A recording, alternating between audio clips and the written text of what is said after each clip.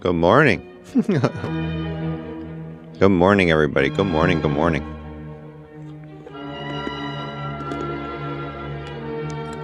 Good to see you, Jersey. A little bit different music to start the day off. We just got a little Mozart. Just allowing Mozart to wake you up on your beautiful Freedom Friday. Good to see you all. Welcome in. Welcome in. This is going to be our abundance affirmation activations on our Freedom Friday. I'm going to break down a lot of very interesting things. And break down a lot of interesting things. Yeah. Why is classical music so powerful, right? Why is it so powerful to the mind? How are these geniuses composing this type of music? So everything in the world is frequency. Everything in the world is emanating waves of frequency. And that which is going into our ears and going into our eyes is creating part of our code, a part of our programming. And individuals like Mozart, like Bach, like Beethoven, they understood this on a very deep level. And they know how to generate a higher level of consciousness. Right? They know how to generate that. Individuals who understand that, they play classical music to their babies.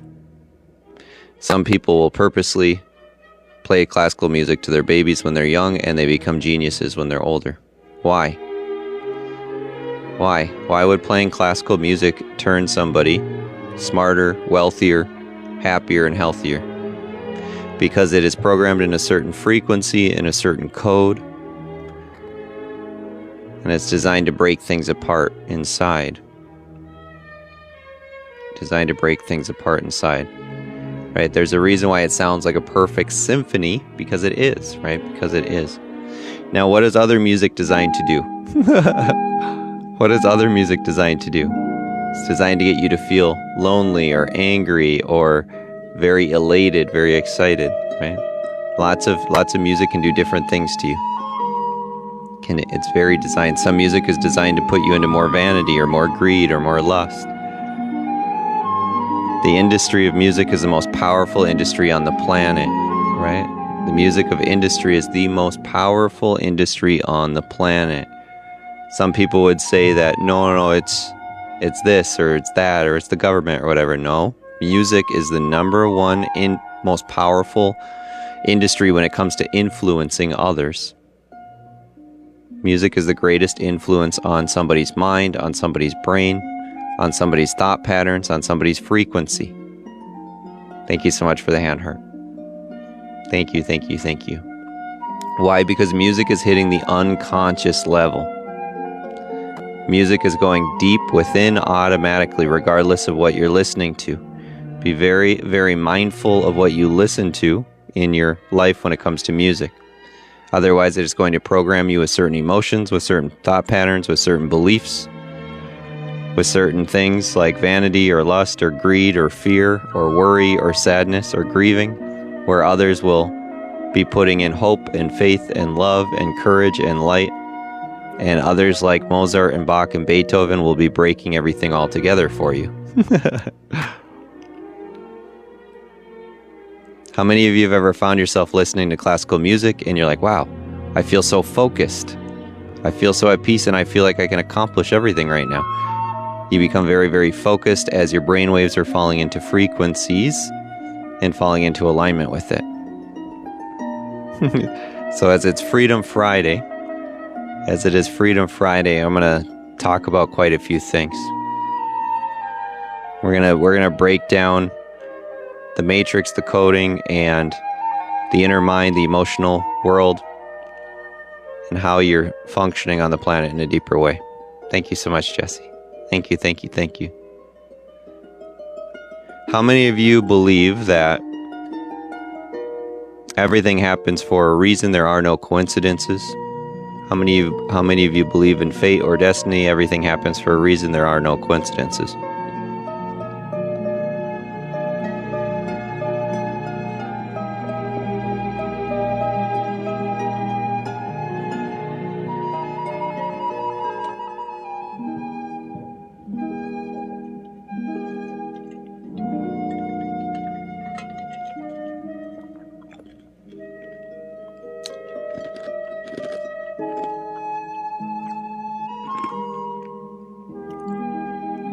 So there's a lot of people on the planet right now that are very confused, and they're calling for freedom.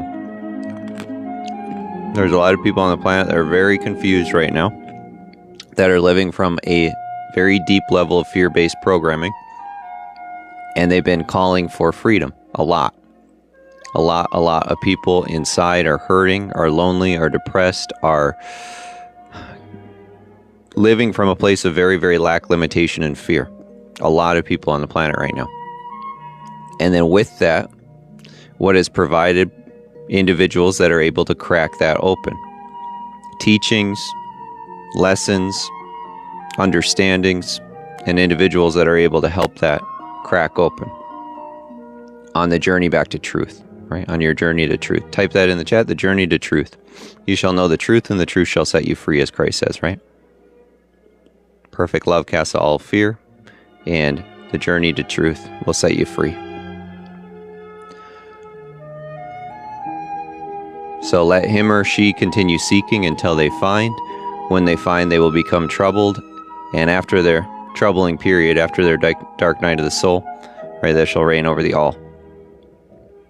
So when you start to see the patterns, when you start to see the codes, when you start to see the constructs, when you start to see your own automatic nervous system and how it responds, when you start to see the programming of everything that's put inside by the world, what does Christ say? Be in the world, but not of the world. Right? Be in the world, but not of the world. That's freedom. That is freedom. Why? Otherwise, we are just responding to whatever has been put inside. Please type that in chat. I respond to whatever has been put inside. Because that's truth. We just respond to whatever has been put inside. By your memories, by what has been programmed in there for what you should buy, what you should eat, what you should think. I just respond to whatever is put inside. Everyone tells you what to do and what's good for you. They don't want you to find your own answers. They want you to believe theirs. Then let me guess. You want me to believe yours? No. No. No, I don't want you to just believe my answers. Right? I want you to find the real answers within. Right? So many people, so many of us are living by what other people think, what other people want, what other people believe. And you don't even know what you believe anymore. You don't even know what you think anymore. What do I believe? What do I think? What do I want? I've been living by what everybody else wants of me. I've been living by what everybody else thinks. I've been living by what everybody else's opinions, what they get angry about, what they get frustrated about, what they care about. Right? So we respond to whatever's put inside. And what happens if we start breaking apart some of these automatic systems? Especially the fear. Especially the fear. Fear is the strongest program code on the planet right now. This is why you see things happening the way they are. Everybody's acting out of fear, whether they realize it or not. When it comes to politics, it's all fear right now, especially what you see on the streets, when you, in the world, in things falling apart, in hospital systems, in illnesses and diseases, in almost everything. It's fear-based structures. Everything is out of fear. And there's no more harmony. There's no more union. There's no more oneness. There's no more love in a lot of these places. Right? So that which is being cried out for at a very deep level is please, please, please break apart my fear structure, right? Please, please, please break apart my fear is basically what people are calling for at an unconscious level. They're not saying that out loud, But all of the screaming of anger, of hatred, of resentments, of jealousies, of envies, of vanities, of lusts, all these things. It is the deep cry for humanity saying, please remove this fear. If you really see it, please remove this fear. A fear of what? Right? The fear of others, the fear of change, the fear that nothing is okay. Maybe the fear of the judgment of God, fear of lots of things, fear of death, fear of I'm not living, fear of the unknown, right? All sorts of fear structures, right? Your nervous system, your mind, and your body cannot function on a very high level when you're living from a place of fear. Those that are programming these codes deep inside of your being understand this on an extreme level. They're not stupid. Those at the top that are truly behind radio, television, all these type of things, they're not stupid. The news, they know what is going to program your code, what is going to get you to feel certain ways, and what is going to be very powerless inside of yourself. And if you think that because you can argue for 10 hours about the news or politics that you're powerful, you're very, very mistaken, right? The anger, the frustration, the rage, there's no control over it. And then you become very, very deeply opinionated, right?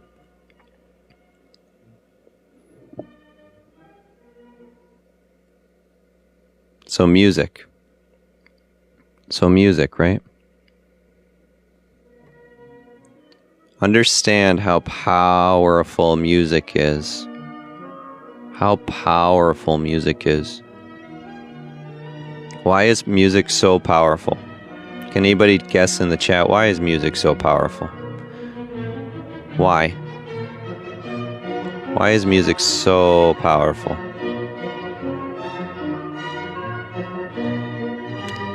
Why does it have the ability, the vibrations affect you? Portal. Emotional. Frequency. It's influencing your thoughts and emotions. That's right, Sonia. It's influencing your thoughts and your emotions. Okay? So Hollywood, do you think people that are at the top of Hollywood that design the choreography in music videos, that are designing the words and the lyrics and songs, don't understand these things? That how powerful music is, and that we can program people to think a certain way, act a certain way, and be a certain way. Are they stupid? Music affects everything, that's right. Why? Because we're all waves of energy. Because we're all waves of energy. So if we meet another wave of energy, right, the frequency is either going to bring us into balance or into disharmony. The frequency and wave of the music is either going to bring you into harmony and into balance, or it's going to bring you dysregulation and disharmony, and it's going to bring you the emotional frequencies of fear, of sadness, of grieving, of doubts, of confusions, of vanities, of lusts, of greeds. Right? It's going to bring you those things, or it's going to bring you harmony and regulation. So what was Bach, what was Mozart, what was Beethoven, what were they doing? They understood every single tune, every single vibration, and they were in perfect harmony. Perfect symphony, perfect harmony. To bring your brain, your nervous system, and your body back into regulation. To bring your brain, your body, your nervous system back into regulation. Okay? This is why oftentimes those that listen to classical music seem to do much better in life. Seem to do much, much better in life. Generally those that grow up as babies, if they listen to classical music, they have a much higher IQ. They make more money. They're happier. And then you have other individuals that are waking up with, I don't know, whatever her name is right now, that's really big, that's all over the social media. I don't know Hollywood names very well. Doja Cat, right? Or there's people growing up with Doja Cat. Who do you think is going to live a happier, more successful life? Those growing up with Doja Cat or those growing up with Chopin, right? or Bach or Beethoven.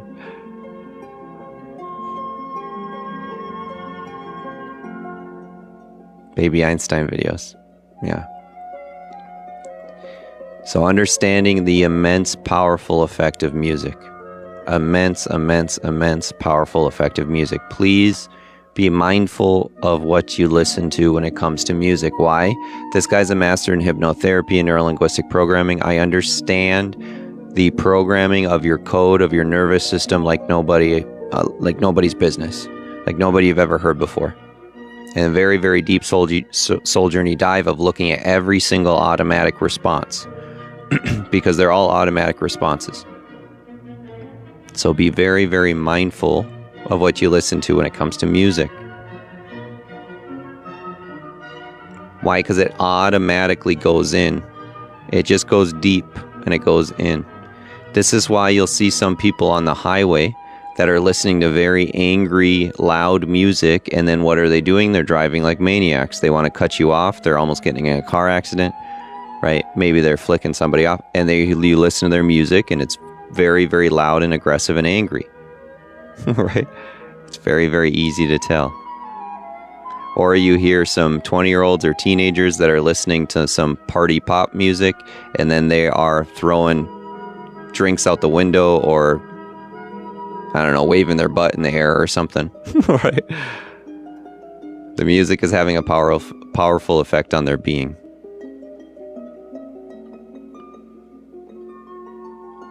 In a very similar way, video games have an extremely large effect on the being as well.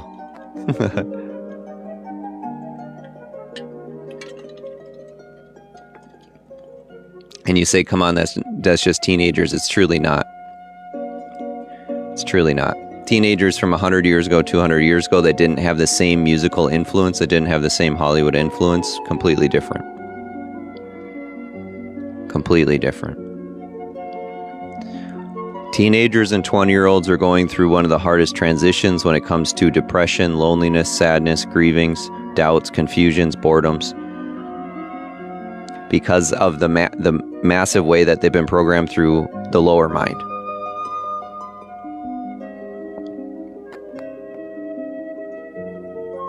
Yeah. The massive way that the lower mind has been programmed.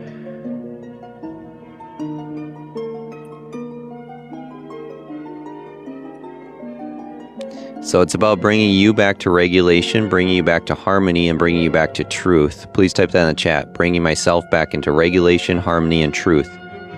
The truth is what sets you free. There's only one truth. Many people will fight for many different opinions, but there's only one truth. Right? There's many people have different opinions, but there's only one truth. So it's about regulation, harmony, and truth and balance. Otherwise, the karmic patterns will play on later in life. You'll see it later on in life. I promise you.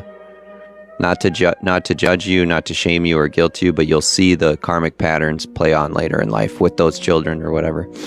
And then you'll wonder what happened. Bringing yourself to regulation, balance, and truth. Because this is how the mind works. It's how your nervous system and body works. That's how the programming and the code works. So if you believe that everything is designed for a reason, if you believe that there are no coincidences, there are a lot of people calling for freedom, right? There's a lot of people calling for freedom from emotional pain, from the inner mind, and for financial freedom as well, right? So I speak on the three freedoms in life. We have the inner mind freedom of our thoughts. So you have all these inner conversations going on, arguments, opinions going on inside of your mind. And then they're automatically happening, all those thoughts, all those opinions. We have the emotional freedom. So a lot of times triggers are just running you. I'm frustrated, I'm angry with what you said, and boom, it comes out, right? I don't like what these people did. and then the projection on the outside world, and those emotions are automatically happening and running your being. How many times do you see people at the bar or at sporting events or wherever it is where they get very, very angry, argumentative, and all of a sudden they're in a fight?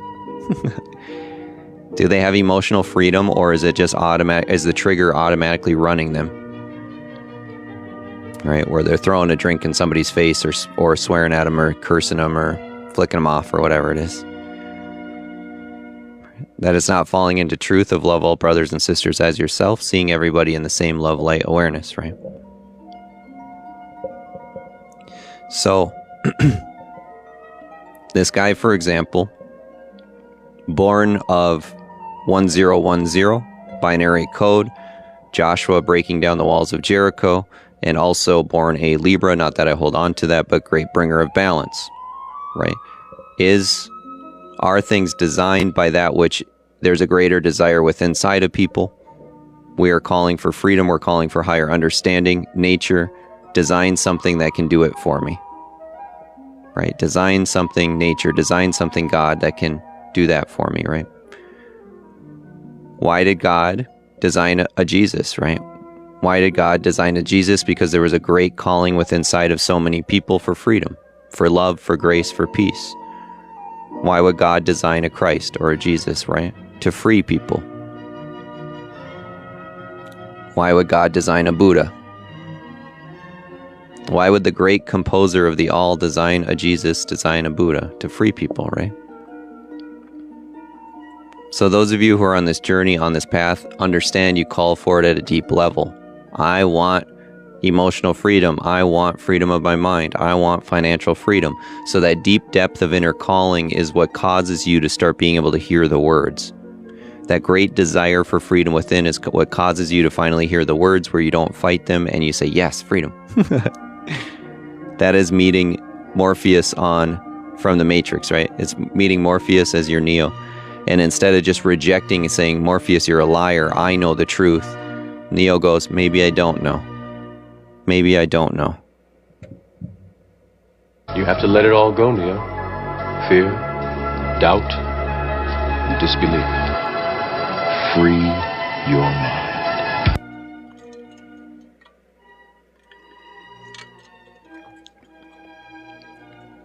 One of the hardest things for an individual to do is to admit, I don't know. I'm so knowledgeable, I'm so wise, but I'm living in misery. But inside of myself, I'm lonely, I'm bored, I'm sad, I'm angry, I'm frustrated, I'm hopeless, whatever it may be. And then or I'm living in fear all the time and worry and anxiety, having all sorts of racing thoughts all the time. But I know everything. This is what happens to a very strong ego, right? Yeah. Brittany, what is the Matrix? Matrix is all things. The Matrix is all things. It is the grand global design of every pattern that is written, every code that is written in all of existence to keep things running the way they are. However, there are people who have figured out these patterns and how to manipulate the system in certain ways, okay? If you don't think that the news and media and certain influencers and certain Hollywood influencers don't know how to manipulate these emotions and trends and get you to buy things and get you to do things and get you to feel things, then we are living in a very, very false reality, right? The military knows how to code you into a soldier very, very quickly, so you will end up giving your life no problem by a simple command, right? By a simple command, you will no problem give up your life by the programming of it. And every single leader in world countries, they understand these things. Mr. Adolf of Germany, right, was the greatest of all time. When of understanding this, his whole theory was, if I tell a lie enough times, and if people believe it, they will spread the belief, and then the masses will fall into it. And what happened? The masses fell into it, right? The masses fell into it, and they were programmed by that code, and we know the story of what happened there, right, with Adolf. It wasn't that the people were awake and alive saying, oh, I feel like I'm being lied to, I'm just being deceived. No, they were falling in like moths to a flame, right? And this is what's happening to a lot of Americans or a lot of the world right now as well. Just like falling in the same way, like moths to a flame. If I'm being told something enough times by media, by news, by whatever it is, I believe it. If other people believe it, it must be true. If other people believe it, it must be true. Everyone tells you what to do and what's good for you. They don't want you to find your own answers. They want you to believe theirs. Then let me guess. You want me to believe yours? No. I gotta leave it at that. No. I don't want you to believe my answers. I want you to go deep within and find the truth. I want you to remove the false fake programming from inside of yourself and no longer live by fear-based programming. Right? Fear-based programming. Everything. Right? So the deprogramming of yourself, this is the truth, okay? What do most people do on the spiritual journey? They think it's the addition of all these things. Oh, well, I'm adding in yoga, I'm adding in matcha tea, and I'm adding in whatever else. I must be spiritually awake.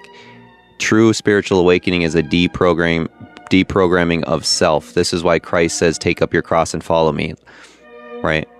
Lest a man lose himself, he will not gain himself.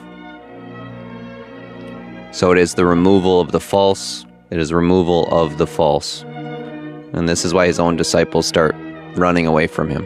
That's why his own disciples start running away. They say, this is too much for me. I don't like this. What are you talking about? I'm not happy about what you're saying. Illusions and lies. Removal of the false. If you have any fear-based programming inside of yourself, understand this is the world. If you have any fear-based programming inside of yourself, understand it is the world that has gone in. It is not the truth of yourself. Well, I'm afraid to show my face. I'm afraid to do this. I'm afraid of that insecurity. I'm afraid of this, right? It's Freedom Friday, I tell you. Freedom Fridays are powerful. I bring it, right? Why? Because love is the primordial essence. Love is the truth behind all things. This is what every single ancient teacher, every single ancient writing, anywhere from the Bible to the Quran to the Bhagavad Gita to the Tao Te Ching to whatever, is all about love. Every single one of them. And it's saying you are programmed and you're living by fear-based structures and you're not living by truth. All right, so love is the primordial essence, that we are all one in together and all here for the same ride. All here for the same ride. So love is the most powerful force in all of existence. Bach and Beethoven and Mozart were living from a very high level of consciousness in oneness with love. This is why their music is composed in such a beautiful way. They could tap into every little frequency and tune and hear it in the depths of their soul, right? It's like their soul was dancing and freeing people. Their soul is dancing and freeing people with their music.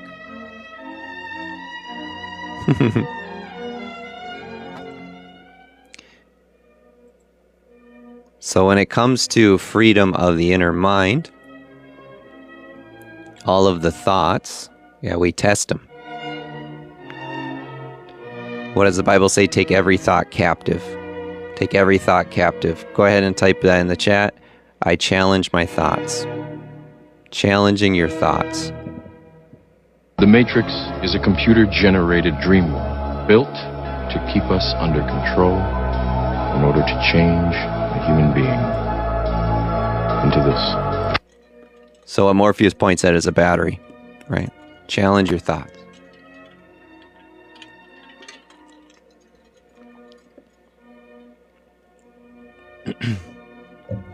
The designs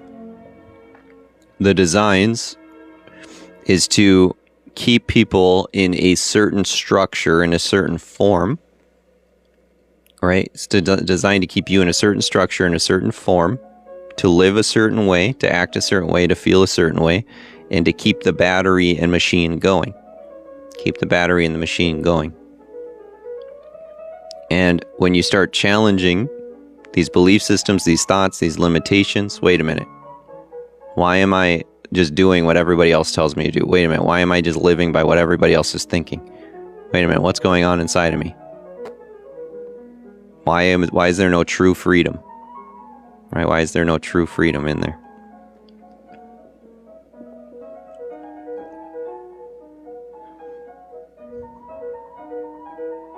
What does true freedom feel like? One, there's peace of mind, and whatever decision comes up, you know you can follow it. It's like there's a calling inside of yourself that says, hey, I want to create this, I want to do this.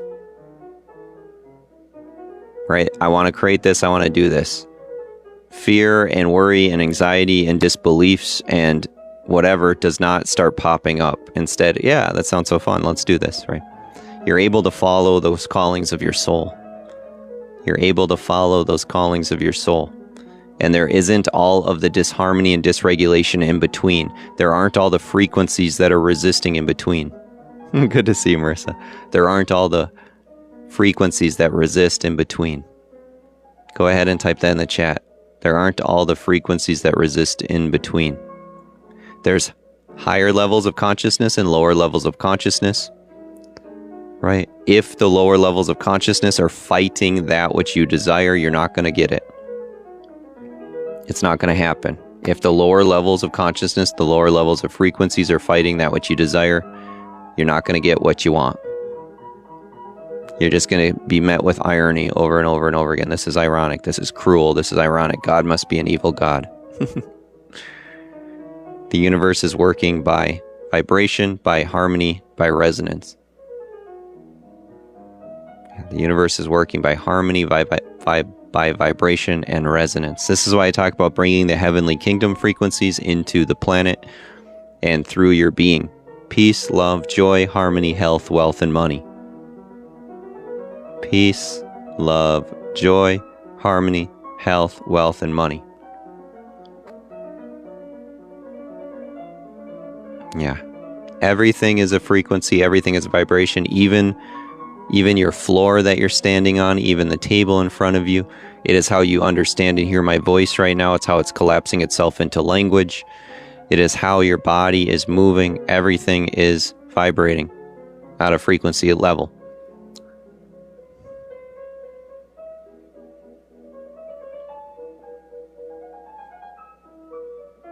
So that which is in the lower planes is going to automatically reject and repel the higher planes.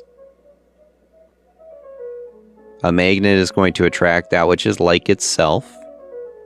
Right? A magnet is going to attract that which is like itself, and then otherwise it's going to repel the opposite. It's going to repel the opposite. Sometimes people come in here and they get angry, they fight, they kick, they scream, and then what do? They run 2 seconds later. Why? Because the opposite is getting repelled. Sometimes other people attack and fight longer, and they can hang with it. Other people can hang with it for a little while longer, but most of the time they run after a little bit. And a lot of you have seen that over and over and over and over and over again in this channel. Someone might come in, get very opinionated, very heated, argumentative, angry, and then they run after a minute or two because they can't handle it. They get repelled. Whoop, whoop, I'm gone. And then others will fight to their bitter end, to their grave. That happens too. But that normally comes from very deep religious spirits or from entities that are a little bit darker. But yeah, here for abundance, right? So how does this abundance happen, right? You're falling in line with the frequencies of abundance. Type that in the chat. I fall in line with the frequencies of abundance. You're being reprogrammed into that code. Right? You're being reprogrammed into that code. Do very wealthy billionaires want you to know these things? No. Because the more and more people that get reprogrammed into abundance codes, right? Then people become more and more equals. It's no longer this big, the rich get richer, the poor get poorer, right? But you fall in line with the abundance codes. So in truth, there's 6 billion people on the planet. There's 115 people in here right now. Very, very, very, very few people on the planet are understanding these things, learning these things, and moving into these things. Very, very, very few people. Understand, I'm not here to try and build your ego with that, but you're on a very special journey, and you're on the journey of freedom and living a beautiful life in a higher understandings. Okay, this guy was not designed by existence, by God in this way to play around with your soul journey or play around with your freedom. And those that have been in the one-on-ones with myself understand this on a very deep level. You get massive transformations in there. The one-on-ones is always where you get the biggest transformation, because we're able to break apart your journey, your life story, your memories, your pains, your traumas in a very beautiful way, from a higher level, from a soul level, and karmic bonds and all of that. Hi, Simmy Sims. Good to see you. So, with all thy getting, get understanding. Understanding of what? Of your own self. With all thy getting on your journey, get understanding. Understanding of thy own self. Right? Understanding of thy own being, of thy own self.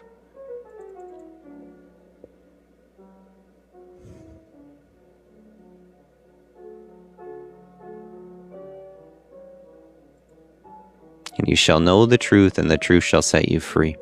Where the Spirit of the Lord is, there is liberty. Okay, so the Bible is pointing to the Spirit of God.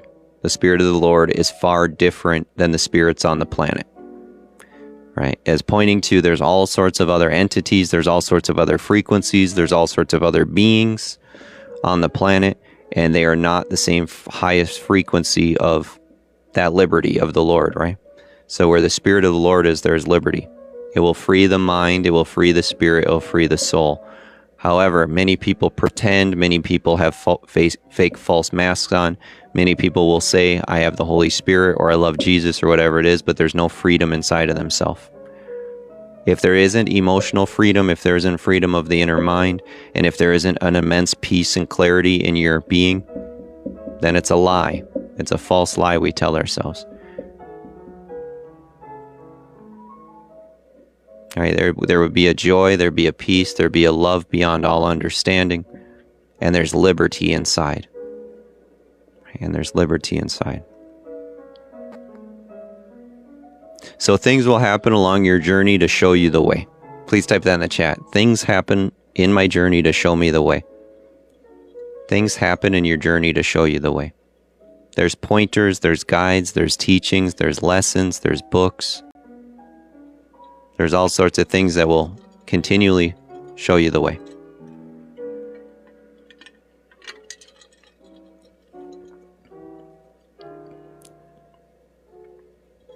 Okay, so what does Christ say? I am the way, the truth, and the life. I am the way, the truth, and the life. Most people say the end, right? Jesus, and that's it. They say Jesus is the way, the truth, the life, and over. He's saying, look at me, look at my teachings, look at what I tell you to do, look at the way to live, look at the way to think, look at the way to act, look at the eyes to see from. Look at the eyes to see from. Deprogram yourself. Unless a man is willing to lose themselves, they will not gain themselves, right? And so if the sun sets you free, you will be free indeed. All sorts of pointers over and over and over and over again. Pointer after pointer after pointer after pointer. So many things will happen in your journey and your life story that will show you the way. Why? Because the desire within will create that on the without. The desire within creates the without on the outside. That way the best way I can say this is, for he or she who calls for help, it will show up in some way, shape, or form. For he or she who calls for help, it shows up in some way, shape, or form, not always the way that you want it to. Not always the way that you want it to.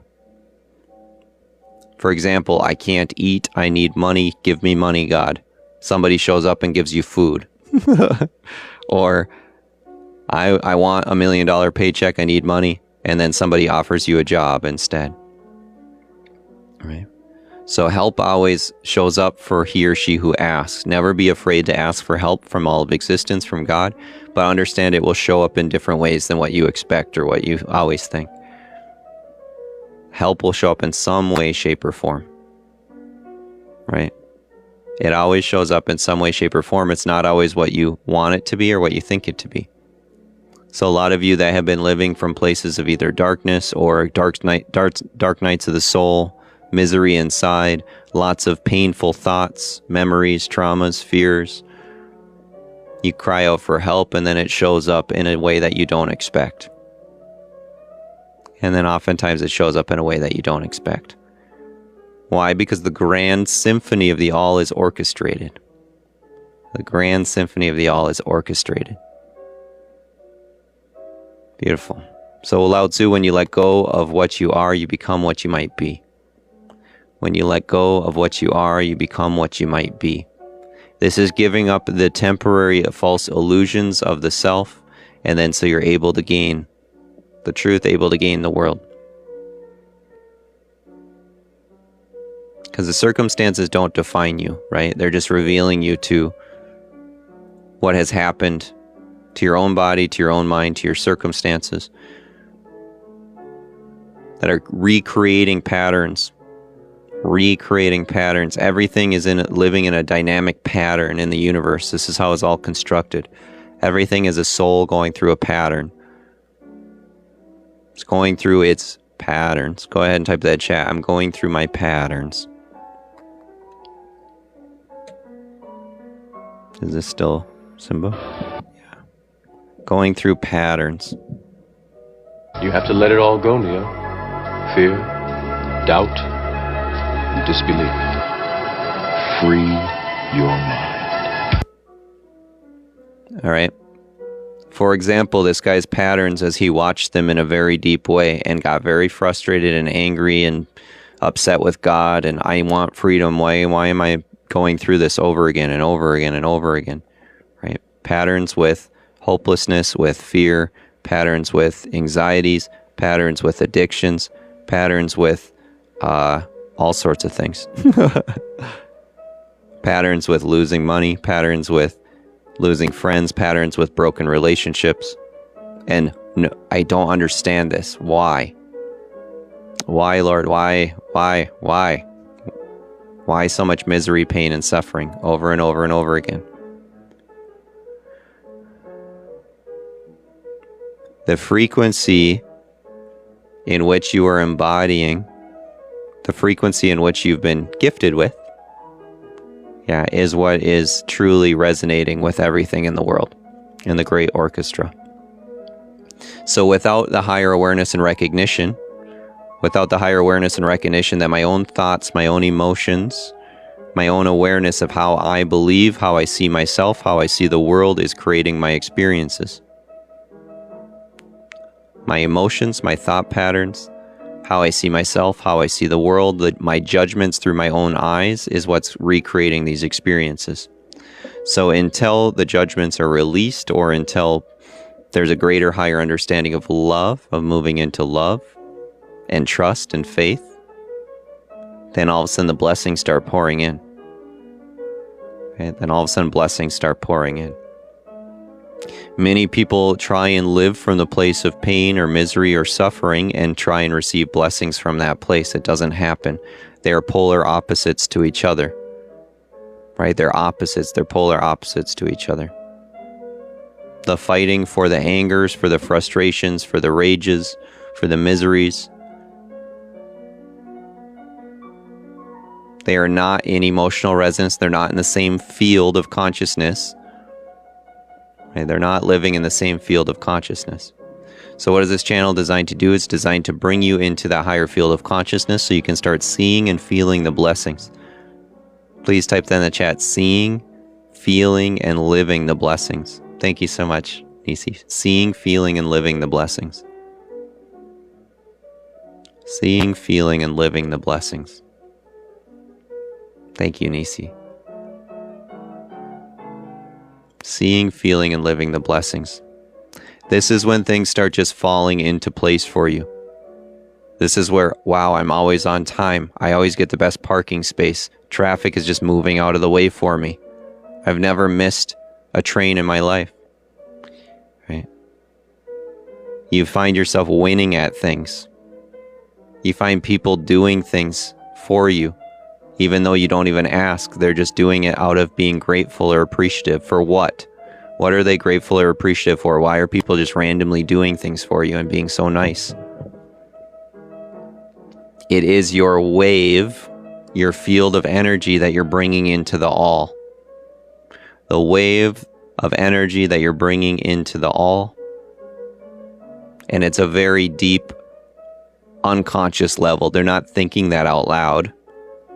They're not thinking, thank you so much for your energy, but it's still happening. It's still happening. You walk into a grocery store, a person's having a very bad day at the cash register, and all of a sudden you walk up, you're smiling, you're asking about their day, you're giving them some joy, some peace, and all of a sudden, right, they're in a much better mood, and maybe they do something nice for you. Hey, actually, I'm going to get you all these coupons, or whatever it is. And you're like, oh, thanks, sweet, right? That's awesome. I'm glad that you're feeling a little better. Right? I know life can be stressful sometimes, but look at the silver lining. Okay? So as you're bringing this into the field of awareness, into the field of consciousness, everything starts changing. When you're no longer, anytime somebody asks you, well, how are you doing? Well, this is painful and that sucks and this is painful and that's awful. Right? That's living from that vibrational frequency of a lower mind. And you're going to hear out of many people's mouths. Just go ask somebody. Go into public. Say, how is your day? How are you? Many people say, well, I'm not so happy about this and the weather sucks, or the news. Did you see that in the news? And I'm angry about this. I'm opinionated about that. My body hurts. Whatever it is. Whatever it is, right? So this is the personal identity that's emanating into the field, and it's creating everything around us. Everything is collapsing itself into form. And you're hearing perfection coming through in this moment for a good reason, because this is how things will collapse itself into form if you believe in everything is happening for your perfect divine timing. Yeah. Everything is happening for your own good and own perfect divine timing. So why would we get stuck and trapped in something where we feel trapped? I feel like I'm in a hamster wheel I can't get out of. I'm in the money hamster wheel, I can't get out of it. I'm in an addiction, I can't get out of it. I'm stuck in hopelessness, I'm stuck in sadness, I'm stuck in grieving, I'm stuck in despair, I'm stuck in depression, I'm stuck in anxiety. Why do we get stuck?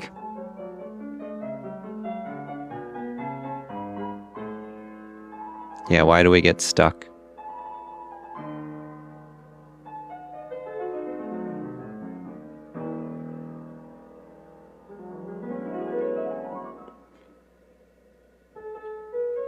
That's right, Jersey. That which we believe ourselves to be, right? That which we believe ourselves to be. Why is it so quickly someone's in a one-on-one FaceTime with myself and they no longer feel stuck? Whoa, I feel like I can do this now. I feel like I can move. I have more courage. I have more strength. I have more courage. I have more strength.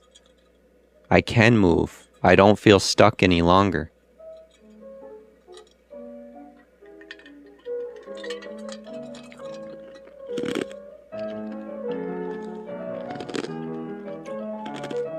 For example, there's been many times in history where there's been slaves.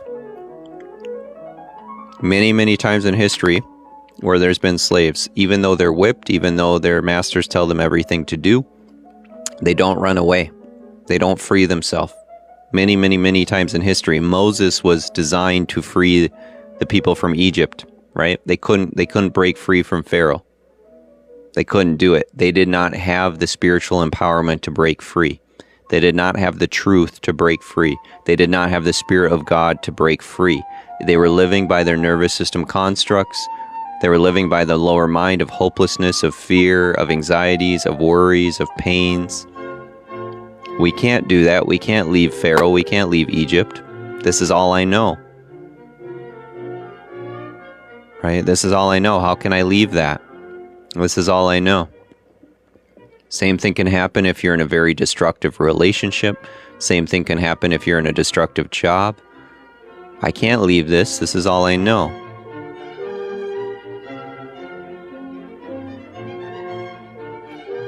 This is all I know. So is that a lack limited mind? Is that a very, very lack-limited perspective of this is all I know, this is all I can do, this is what's there for me? How much of a limitation is that? There's no higher understanding of being able to manifest and bring a beautiful world into place for yourself. Right? So if someone feels stuck in a relationship, stuck in a workplace or a job, if someone feels stuck with finances, if someone feels stuck with the illness of their body, this is always a limitation. It's always, always, always a limited belief. It is not the truth. It is not a higher mind. It is 100% always a lack-limited belief. I don't care if they're a doctor, a mental health therapist, or a priest. I don't care if they have a robe and a staff, right?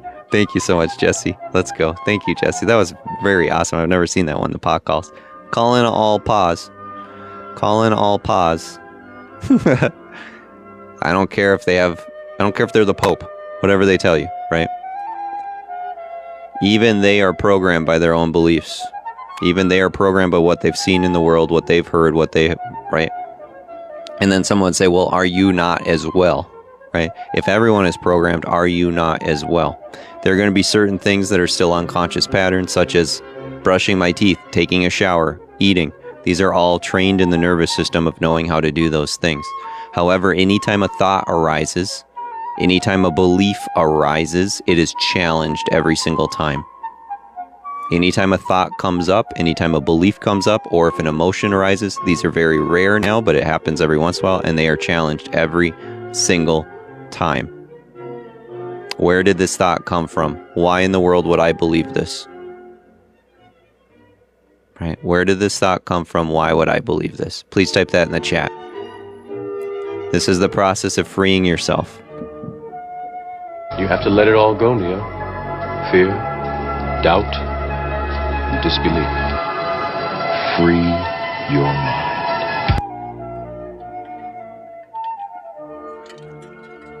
Where did this thought come from and why do I believe it?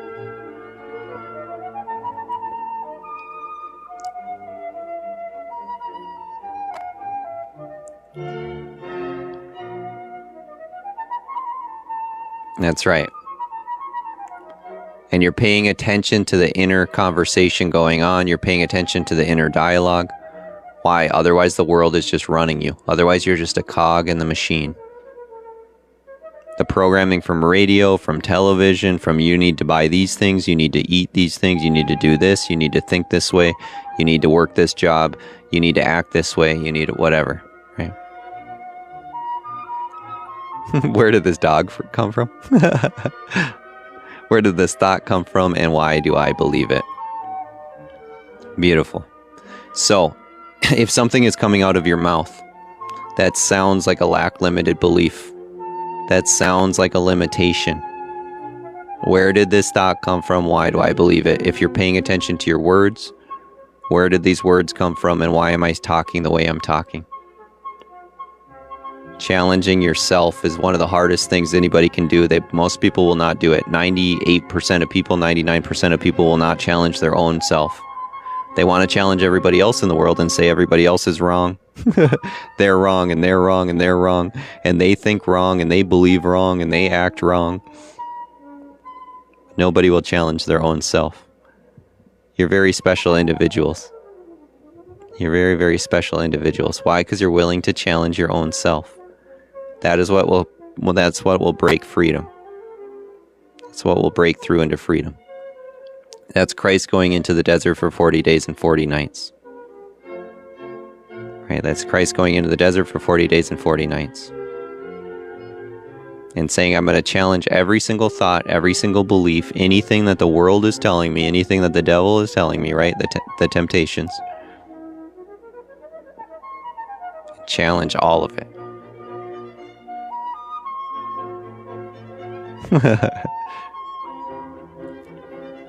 And then you recognize you'll start to discern on a much deeper level of what is serving you and what isn't. You'll be able to start discerning on a very deep level of what's serving you and what isn't. You'll say, this thought is not serving me whatsoever. This belief system is not serving me whatsoever. This is fear. This is frustration. This is resentment. This is jealousy. This is envy. This is greed, whatever it is. This is coming from a lower place. It's not the truth, and it's not serving me.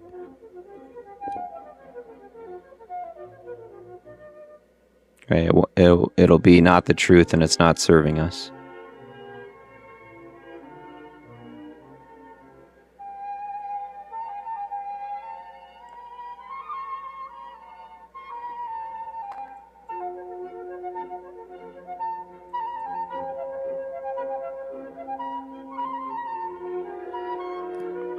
Please type that in the chat. If it's not serving me, it's not the truth. Please type that in the chat. If it's not serving me, it's not the truth.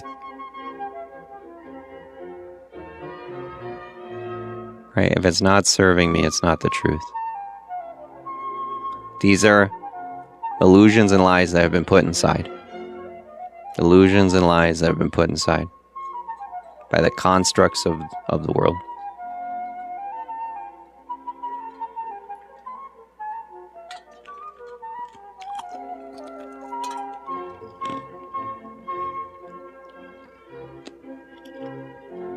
That's right.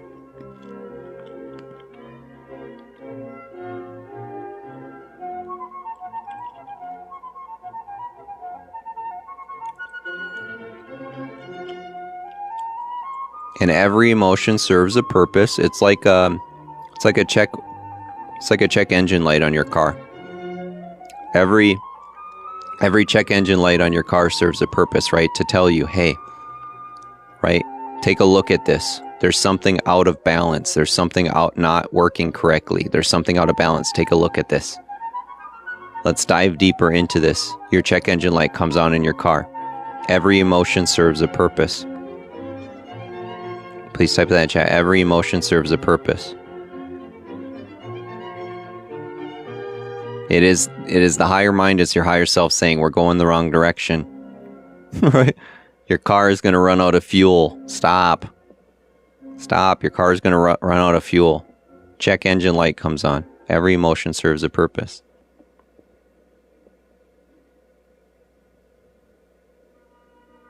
So every single one of them is arising from a certain place.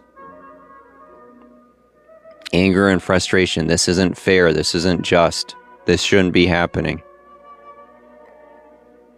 Hopelessness, right? There is no light in my mind. I can't see a bright future. What's the point? Loneliness. You're looking at your environment and you're seeing no one around you. So then you decide, I must be a loser. There's no one around me. I'm so lonely. Nobody likes me. Boredom. You're not getting the same sort of dopamine kick that you're used to getting from social media, from television, from foods or substances. And then we become very bored, even though if it's a very peaceful moment. Every emotion is serving a purpose.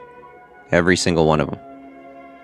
And in the understanding of these emotions, this is where the emotional freedom will come from. Because anytime something's arising, you'll be able to look at it and go, wait a minute. Yeah, why am I feeling lonely right now? Wait a minute. Yeah, why am I feeling angry? You'll be able to see it in its truth. And then in the truth, it breaks apart. Why? Because only love is real. Right? Only love is real. Everything else is all these constructs of the world. And this is the place that Christ was trying to bring people to. That's the place that Christ was trying to bring people to. Same thing with Buddha. Same thing with Mahatma Gandhi. Same thing with Nisargadatta Maharaj or Ramana Maharshi. Right? All these beings, that's what they're breaking down the false. They're breaking down the false and the lies.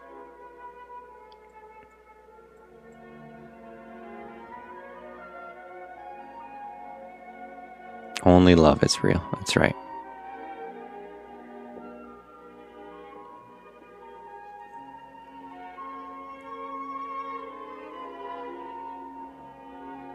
I'm just giving everybody a moment to soak that in.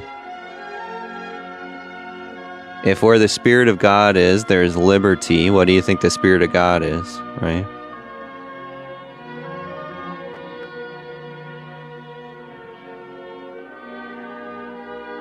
So what's going to happen is the world is going to project a lot of fears onto you. They're going to say, this is BS, don't listen to this guy. I promise you. If many other people would listen to this, they'd say, this is BS, don't listen to that. What do you mean fear isn't real, right? Look at the world, look at this, look at that. Look at what's wrong there, look at what's wrong there. Don't you see what's happening there?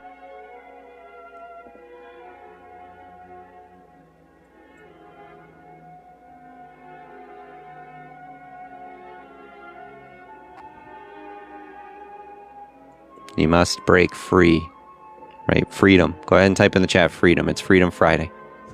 Freedom Friday. Type in freedom. Everyone tells you what to do and what's good for you. They don't want you to find your own answers. They want you to believe theirs. Then let me guess. You want me to believe yours? No. Freedom.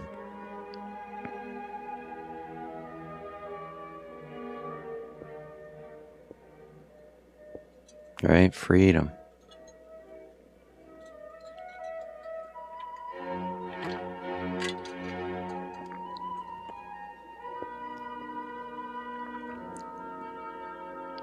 Freedom is a self-recognition that you are a part of the play of all the creations in your life. You're no longer a victim to circumstances or to the world. You're no longer playing the victim role.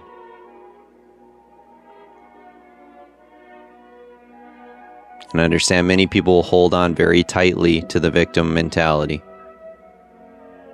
And they will forever play that character. They won't come out of it. They will be the carcass that gets eaten alive by the hyenas and by the vultures. And they won't come out of it.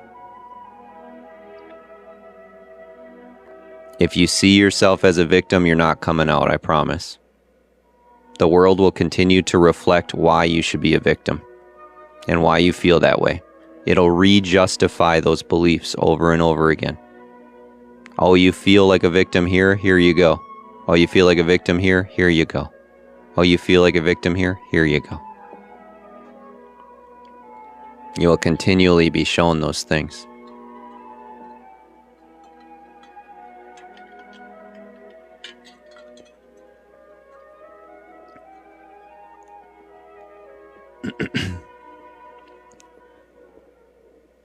Let's go, Proud Mama. Good to see you. Let's go, Proud Mama. Good to see you. Yeah.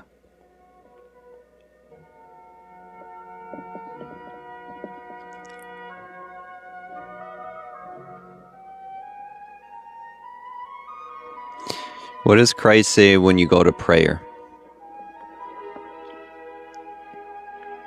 He says, when you go to prayer, make sure you forgive all others so the Father can forgive you. He says, make sure you forgive all others of all experiences so the Father can forgive you. What is he pointing to? The washing of those karmic patterns. If we're holding on to resentment, holding on to victimhood, holding on to hatred, holding on to these things, and there's no true washing, no true forgiveness, they're going to continue to happen. Yeah, the Lord's Prayer, right?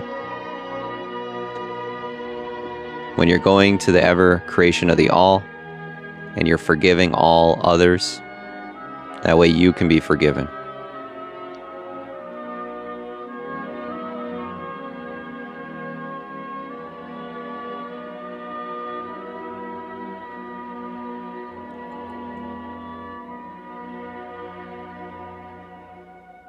Right?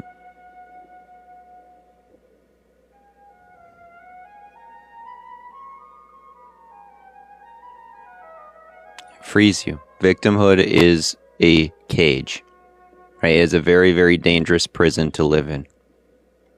Victimhood is a very dangerous prison to live in, and people will fight to stay in that prison, will fight to stay in that cage.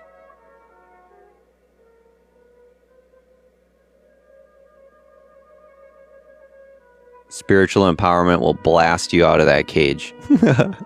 Spiritual empowerment will blast you out of that prison and out of that cage. Why? Because then you'll start to realize, wait a minute, everything is a reflection of my frequency, of what I'm emanating out of my mind. Mind is collapsing all things into form. There's but one mind. We're living from human consciousness, in which it seems like we're all individuals, but in truth we're all one, creating the experience of the big master play of the all, right? One big choreographed dance. So there's one mind collapsing things into form through what? Through frequency. And creating balance and harmony through these frequencies. Creating balance and harmony through these frequencies. So if you're living from a higher frequency, that which is going to be brought unto you will be like itself. That which will be brought unto you will be like itself.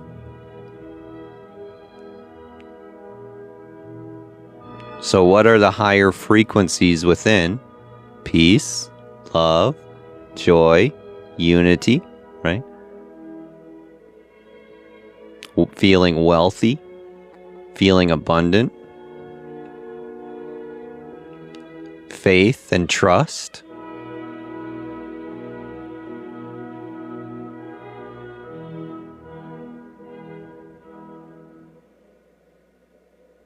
Thank you so much, Tina. Boom, boom, boom, boom, boom. Authentic gratitude. That's right. Authenticity and gratitude. Creativity. Yeah. That's when I talk about the dog being belly up, right? That's when I was pointing to the dog being belly up. And the dog has its master, has its God, right?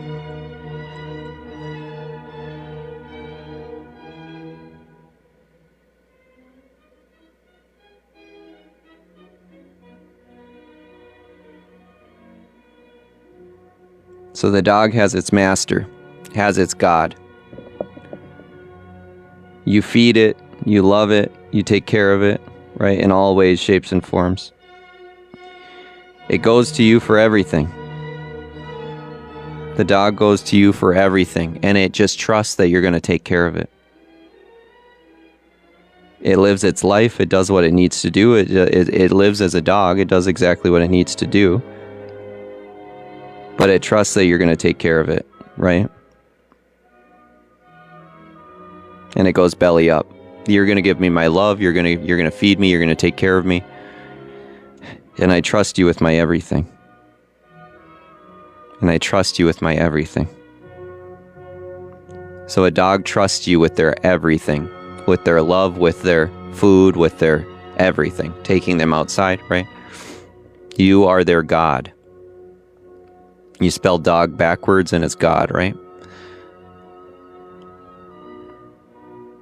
Are we able to fall into who would we look up to then as our God? If a dog has you as their God, if a dog has you as their one to take care of them, to feed them, to make sure that their life is going to be well taken care of, to make sure that they're going to have love, to make sure they're going to be fed and have a home over their head,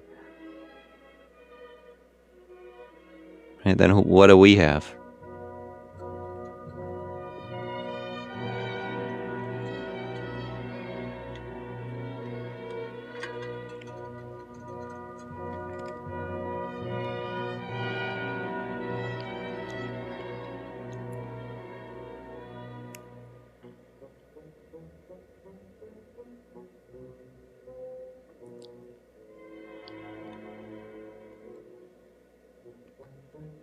Yeah, we have the understanding that we can tap into that supply, right?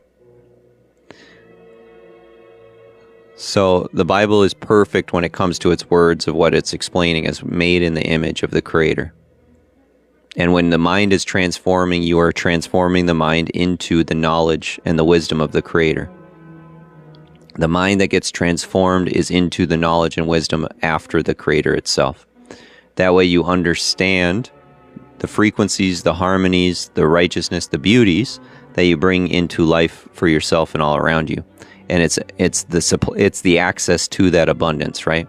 The mind that is God conscious has access to that abundant supply, and you understand how to collapse it into form and how to create it. And it doesn't mean by taking zero action. but it does mean by having a vessel that is in resonance with those waves of that beauty. Please type that in the chat because it's very powerful. A vessel that is in resonance with those waves of that which is beautiful. A vessel that's in resonance with the waves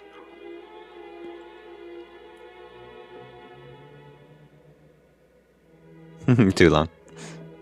Then let it just go deep and for the understanding. For example, 10 different couples go on a vacation. 10 different couples go on a vacation. They're all on a cruise ship, let's say. All right, so there's 10 couples on a cruise ship. They're all going to, I don't know. Let's say they're all going to Malta. They're all going over to Greece, okay? They're going to Malta. So there's 10 different couples on a vacation. Every single couple is going to have a different experience, yes? Even though they're going to the same destination, they might eat very similar foods. They might even watch the same shows on the cruise ship. They might even have very similar drinks. But they're all having a very different experience, yes?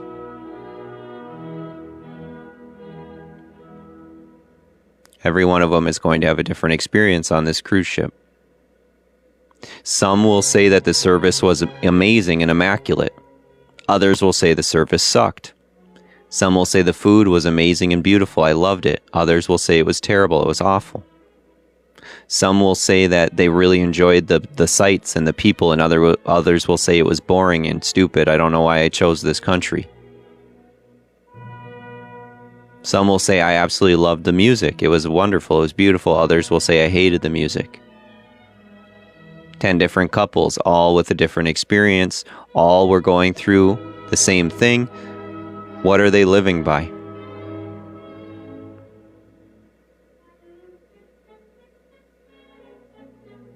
What are they living by? And what are you living by?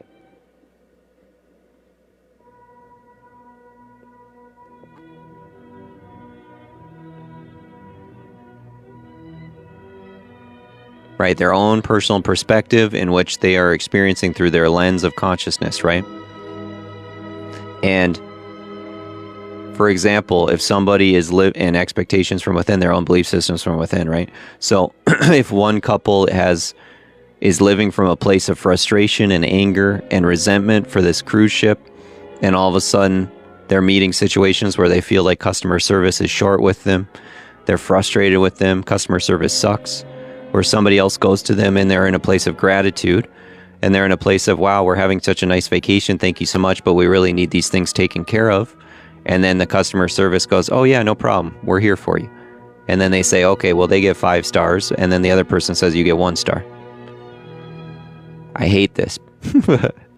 Right? The frequency in the wave is what's recollapsing things into form in your experience. The frequency and the wave in the field in which you are emanating is going to be collapsing other experiences all around you. Through other human beings, through synchronicities, through alignment, through seeing all the 777s, 333s, 444s. Right? The universe is a perfect synchronicity of harmony. It's always seeking balance, and if you're living in a very low vibrational state, you're going to be living in misery. This is simple fact. If you go to a third world country where there's lots of poverty or there's garbage all over the street, it is very, very, very low frequency, and many people there are going to be suffering, misery, pain, and the most lack-limiting beliefs you could ever imagine. Right? It's a perfect symphony.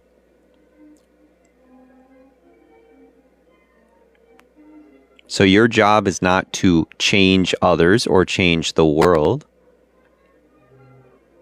but to change your own self. It's to change your own perspective, to change your own mind, to change your own emotions of your own waves that are emanating from you. Your job is not to change the world and to change others because everyone is so evil and so wrong and they're all terrible sinners.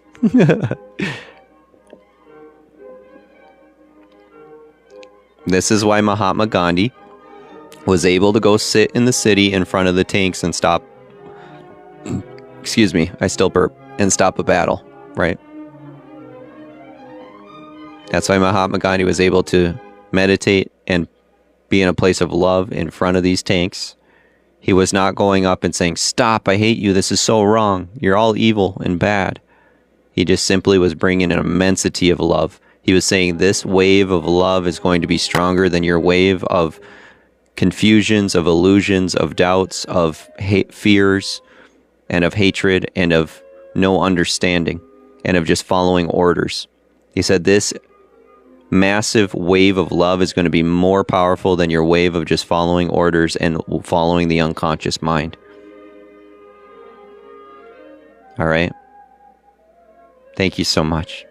Thank you, thank you, thank you. Thank you, thank you, thank you. The best way I can explain this is there were periods of time, I'm not saying this from an ego perspective of, oh, I'm so amazing. There were times where I would go into environments that were pretty brutal, like that would have like 10 bars all together. They're like little community bar areas where that's all you do. You drink and people hook up and they smash bottles all over the streets and there's fights and all sorts of stuff, right? So I go into those areas and I would just bring in an immense amount of meditation and love and light, and I wasn't asking anything of anybody. I wasn't telling them they're evil sinners. I wasn't doing that. It was just, I'm going to bring an immensity of love, of clarity into this area.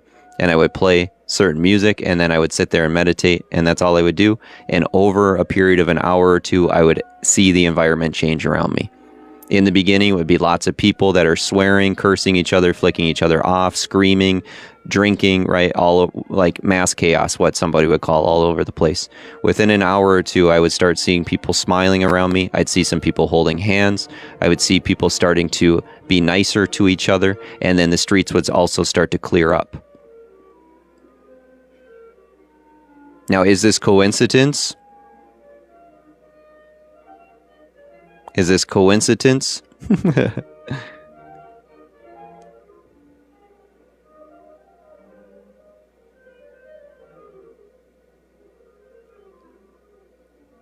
Why? Because all these actions are happening unconsciously. People are living out of the fear, out of the greed, out of the I need validation responses, right? And they're not feeling true love. And the moment true love starts to enter into their experience, they no longer need to act the same way.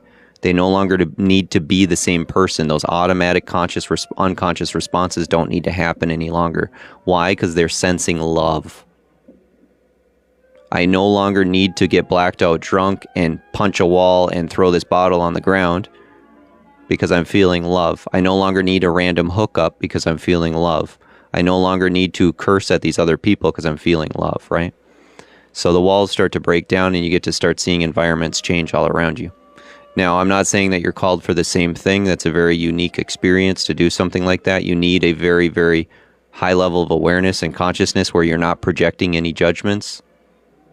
If you go into an environment and you're projecting any judgments and you're seeing anybody as acting wrong or sinning or something like that, you're never going to be met in the same way. This is why Christ was able to go sit with the sinners. He was able to go eat with sinners. He was able to go have some drinks with the prostitutes and the harlots. And he was not condemning them in that moment. He was showing them the way. He was not condemning them in that moment. He was showing them the way. And this is where many people with religious spirits are so far off the mark. They're living from that place of judgment, that place of fear, and that place of you're going to be cast into hellfire, rather than an immensity of love, compassion, grace. For I tell you, the heart of God is mercy. Right? For I tell you, the heart of God is mercy. Most of the time, people are acting out of their place because they haven't felt love in a very long time. A lot of people, their actions, their habits, addictions, their thoughts, their pains are because they haven't felt true love in a very long time. And the moment someone starts feeling the Spirit of God, which brings liberty, true love, those things start to fall away naturally.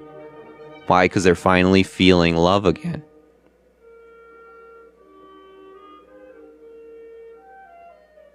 If you're understanding what I'm saying, please type a 1 in the chat. Thank you, Marissa. If you're understanding what I'm saying, please type a 1 in the chat. This might be going It might be just going through and not understanding, or some of it might be going to a deep depth. And the reason this is meant, because a lot of you are falling into a deeper sense of freedom. And the more freedom that you have, you might be confused. Wait a minute, why are these other people around me still acting this way? I don't like this. Why are they still being mean? Why are they judgmental? Why are they this? Why are they that? Right? The awareness hasn't set into the deep embodiment yet, because there won't be the judgments of that. Right? Our ego mind can convince ourselves, I'm so loving, I'm so this, I'm so that. And then the thoughts and the patterns are proving otherwise. Right? And the thoughts and the pattern are proving otherwise.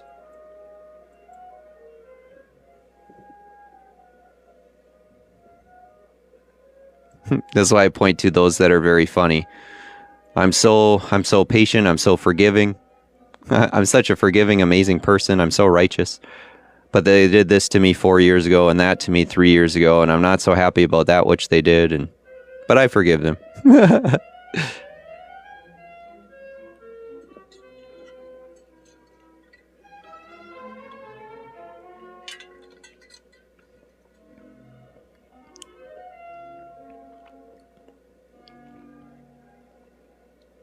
Yeah, this is why the Bible says take every thought captive.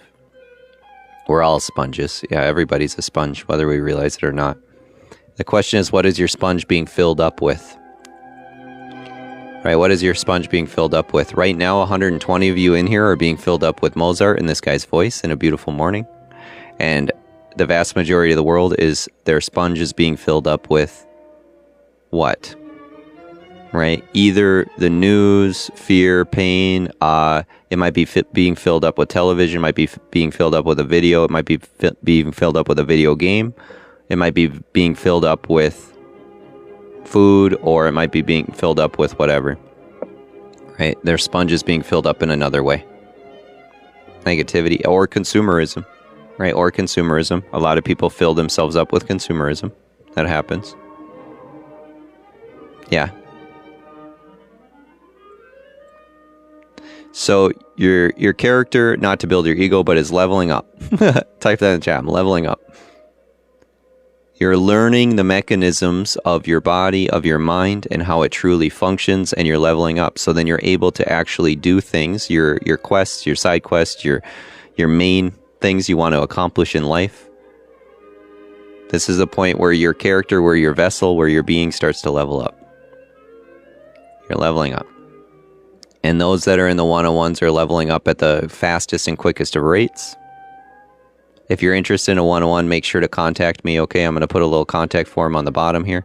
Just say I want to know about the 101s. I have a free ebook for anyone interested as well. It's all about transformation of thoughts, of emotions, of our results in our life. Because in truth, if we really had conscious control, everyone would live a beautiful, happy life, right? Please just answer this. Everyone in the planet would live a beautiful, happy life if they truly had control.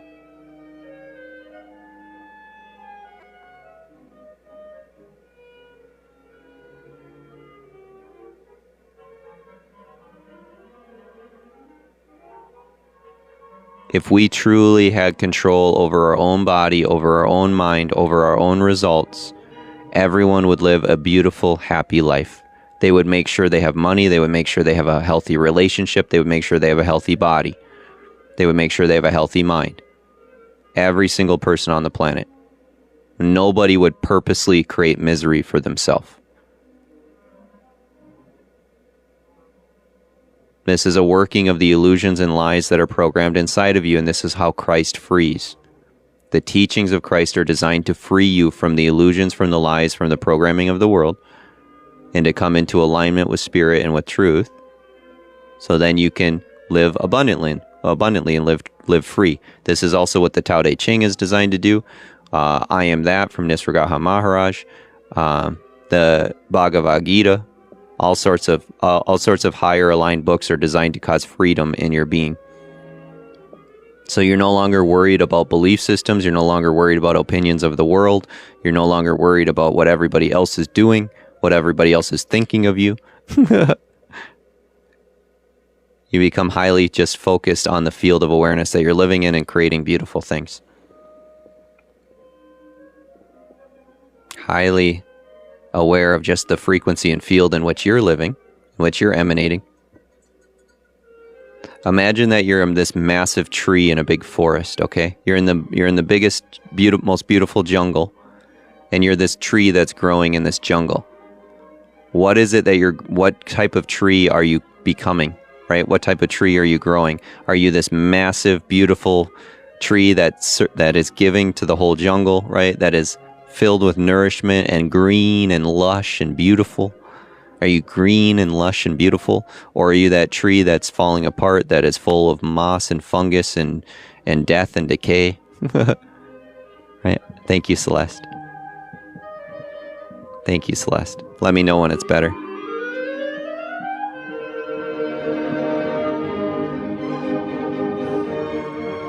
Right? The mighty oak. The mighty oak. Words. So in the beginning was the Word was with God, and the Word was God. Words made manifest into form. Words are one of the most powerful frequencies that when you're speaking out of your mouth, out of your tongue, there's death and life and power of the tongue, and those who love it will eat its fruit. What did Christ do? He cursed the fig tree and it never grew again. Never blossomed, never grew. Right? These are truths. These aren't just little spiritual fairy dust like, I hope this is real. Well, I hope that's true. No, these are universal laws, okay? What you speak out of your mouth, what the thoughts and emotions that you have, this is what's collapsing things into form. It's now being proven by quantum mechanics and quantum... So, the observer effect, right? It's called the observer effect. There's also quantum entanglement. There's all sorts of things that they're having a difficulty explaining, and it can only be explained when you're able to see the grand symphony, when you're able to see the orchestration of the all. This is the only way it can be explained. It's very difficult to put into words because the Tao which can be explained is not the true Tao. It's not the eternal Tao. That's what Lao Tzu says. That's basically the same way as saying the God that can be explained is not the true God. Because the moment you put words to it, the moment that you try and collapse it into language is a box, it's a barrier, right? I can only say so many things through language, through my mouth, and your mind can start to try and comprehend it, but it's meant to go deeper. It's meant to go into your soul, into your heart, and then the truth will start to change things. The truth will start to change things all on its own. Because language is a barrier, because everybody is hearing a different understanding right now. There's 125 of you in here, and you're all understanding something different on a different level. You're all making meaning of this in a different way. For every single one of you, it means something different to your own experience. Right?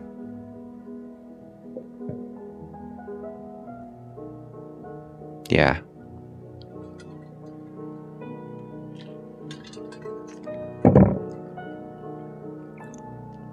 So, your character's leveling up. In this game of life, in how to play it, there's many things on your path that are designed to keep you in a lower state. And they're very, very powerful at doing it. What are these things going to be? What are these things? Go ahead and type in the chat. What are the things that are designed to keep you in a lower state of consciousness? And they're very, very, very good at doing so. And sometimes they might seem very fun and shiny.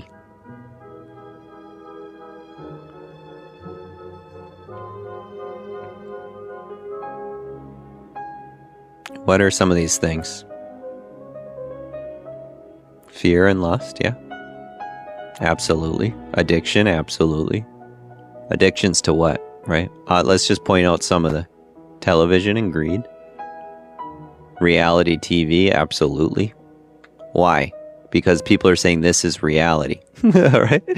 This is reality TV. This is real. Envy, guilt,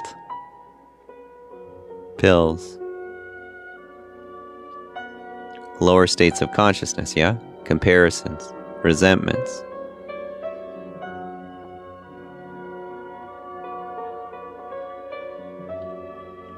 Attachments.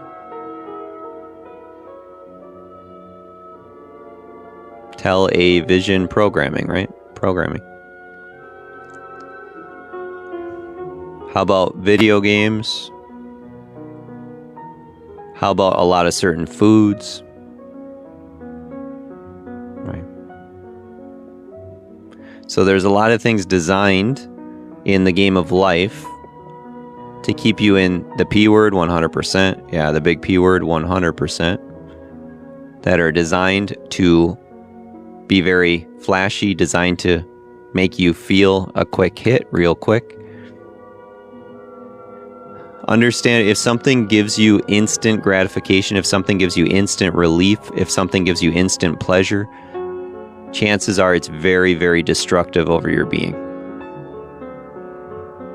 Anything that gives you an instant chemical response of relief, of pleasure, of entertainment, it's truly destructive over your life experience. If you want to experience the depth and the beauty of the all of existence, of peace, of love, and then actually create money or things in your life. Right? The things that will give the instant hits are very, very dangerous and destructive. Because those who have designed these things have billions of dollars, yes? Those who have designed these things have billions and billions of dollars, yes? Why? Because they know people don't have control. If I put something into the world where if you do it, if you try it and it gives you a very, very quick hit, you're never going to stop. I've got your money forever. Right? I've got your money forever. You are now in the cage, you're now in the hamster wheel, and you're not getting out.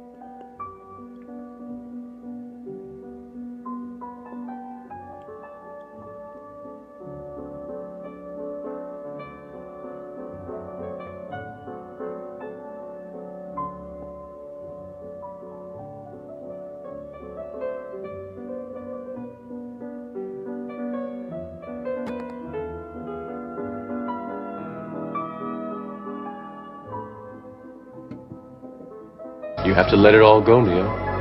Fear, doubt, and disbelief. Free your mind.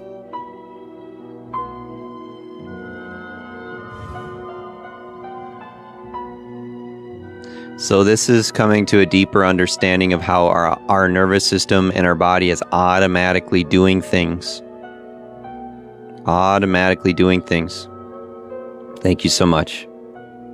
This is why Paul says in the Bible, he's speaking out loud to God. He's saying, God, I don't understand. I want to act different. I want to do something different, and yet I'm doing otherwise. Why am I doing that which I do not want to do? It's because his being is not free yet, right? Being is not free yet. Why am I feeling? Why am I acting in the way that I do not want to?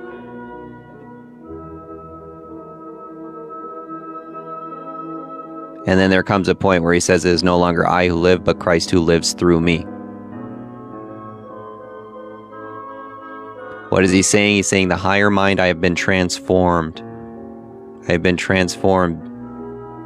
Be transformed by the renewal of your mind, right? He says, I've been transformed. I am no longer living by the lower entities of this world. I'm no longer living by their constructs, their belief systems, their opinions, their thoughts, everything that's been put inside of my nervous system, inside of my body. So if you're living from an immense amount of fear, of anxieties, of worries, of pains, of hopelessness, of despairs, of regrets, resentments, lusts, jealousies, envies, greeds, that's the world, and it's running you. This guy had to come to the immense understanding of this. I am not in control, God. I may think I am, but I'm not in control, God. That's what Paul is saying. He's finally surrendering to that. He's saying, I'm pretending I'm in control. I'm not. I keep doing that which I do not want to do. I keep doing that which I do not want to do. What is causing me to continually live this way and do these things and not create beauty? Not not prosper, not take action, not make money, not serve other people, not love, not walk from a place of faith and trust and harmony, not live in the orchestrated symphony of the all. As you hear my voice, the orchestrated symphony of the all, the ever-perfect dance of the grand play, the game of life and how to play it. Yours truly, your elite consciousness guide on your journey. There's a reason why this guy was born on 1010, the name Joshua to break down the walls of Jericho. Thank you so much.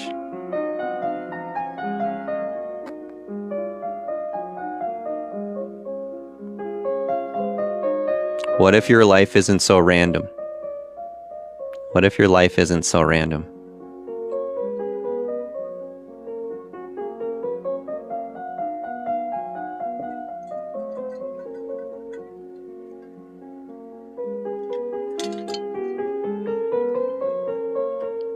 What if your life is not so random? Yeah.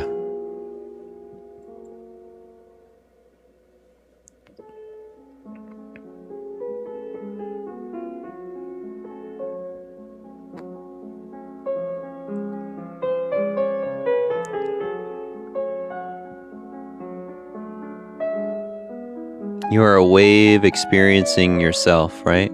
You're a wave in the ocean experiencing yourself. And now this wave can start to wake up to a higher light, to a higher frequency, and you can start living in a more beautiful way. Instead of seeing yourself from a lower mind perspective, right, the higher mind can start to take over in a more beautiful way.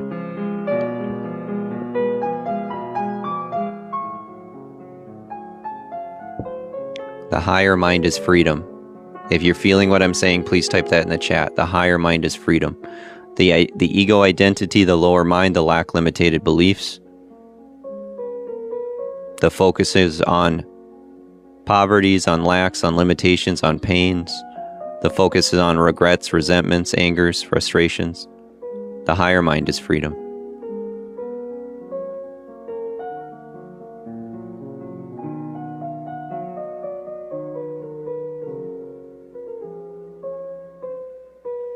What does it say in the Bible? Many, many times, you shall be lifted. Your spirit will be lifted. Right? You shall be lifted. What is lifted? What is the separating of the wheat and the chaff? You let both grow until the day of the harvest. You're letting both grow until the day of the harvest. You have the lower identity ego mind that is living by the constructs of the world, and then you have the higher mind that is growing inside of you as we speak. Truth showing itself more and more and more. And then comes the day of the harvest. And then your beautiful day of the harvest. Many of you will have that day here soon. I can feel it. You'll have your day of the harvest and you'll get it. Something is going to click where all of a sudden you'll get it.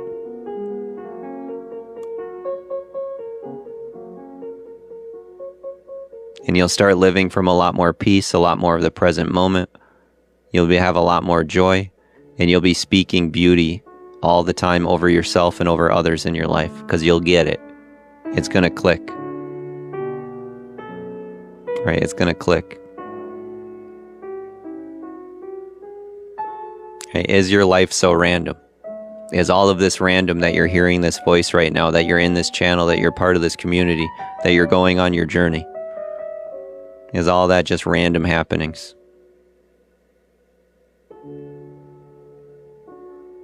Thank you, Nisi.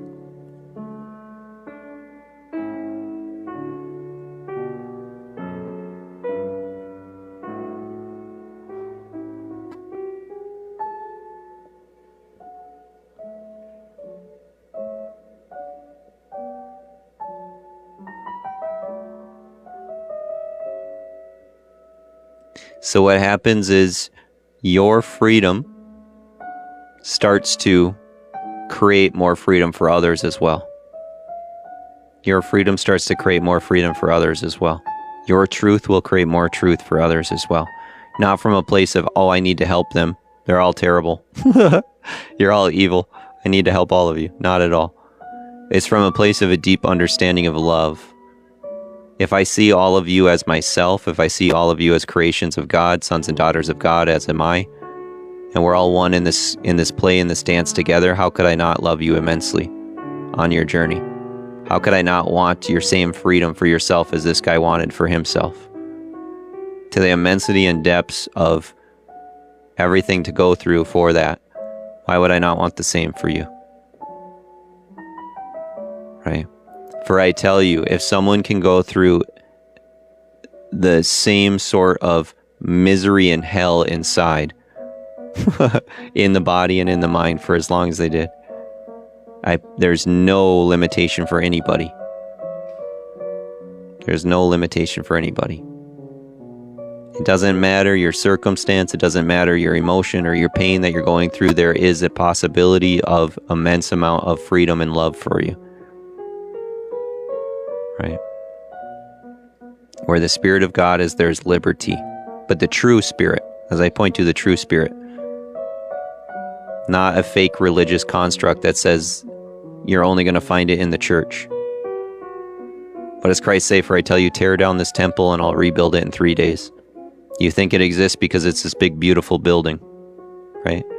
That which is truly God's never can fall apart.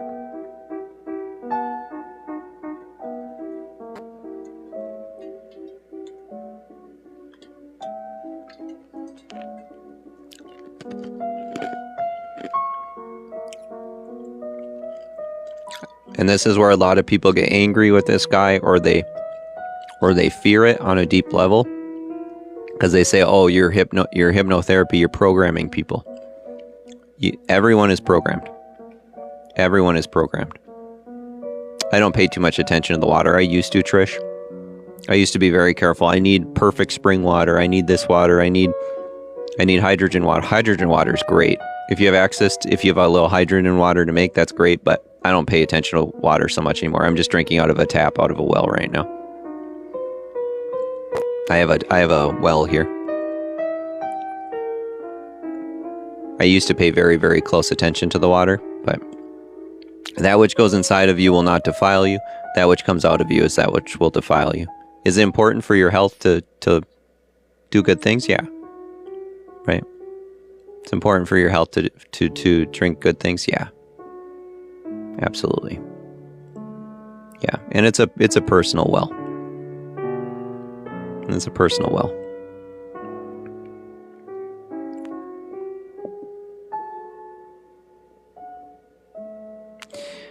You'll see this from a lot of lower mind, ego, frequency identities that have convinced themselves that they're very healthy. Not saying you that brought that up, but if you go into a grocery store, especially a Whole Foods or something like that, there's a lot of very, very malnourished or sick people, and they're trying to be absolutely perfect with their diet. I need this vegetable and this fruit and this, and I can't eat that, and I can't eat this, and I can't do that, and they're living from a very fearful place. There's a lot of anxiety, there's a lot of fear in their body. Well, if I touch that and I do this and I do that, right? And then you can tell their body's malnourished, or there's a lot of anxiety. Their nervous system is going crazy, and they're trying to be perfect in every sort of way with their diet.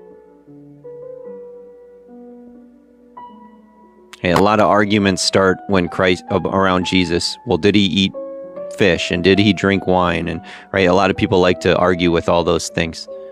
He's going to eat and drink what people offered him. Right? He accepted whatever they gave him in their homes, and he just loved them. He said, "Thank you so much for this." He was in an open place of receiving, right? So if he was in that place of love and he entered a home, whatever they're feeding him, whatever they're giving him, he drank it, he ate it. That was his way of showing his love and his acceptance, right? He wasn't like, "Oh, no, sorry," right? That's harmful to me. That which goes inside of you will not defile you. That which comes out of you is that will defile you. What comes out of you? Foolishness, greeds, lusts, adultery, right? Theft and murder and all those things.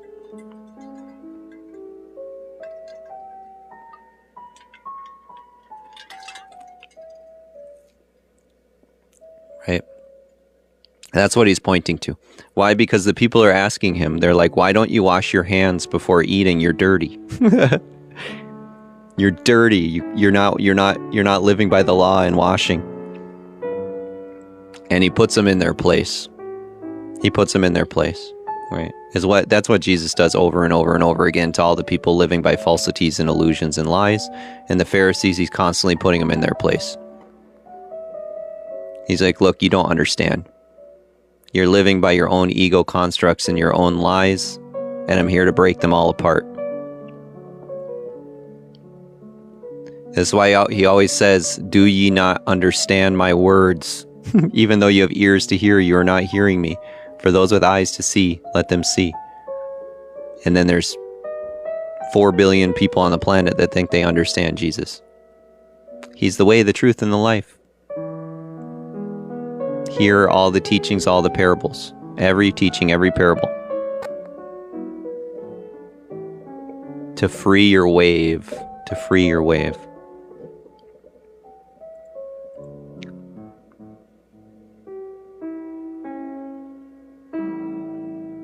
Beautiful. I love, honor, and respect all of you on this journey. How many of you are enjoying Mozart today? How many of you are enjoying Mozart today? I know I am.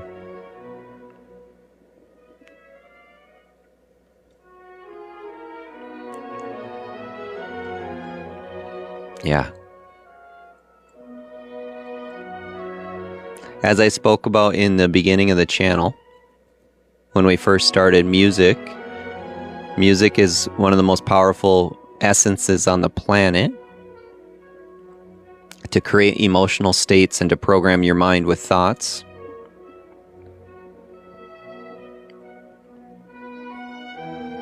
Right?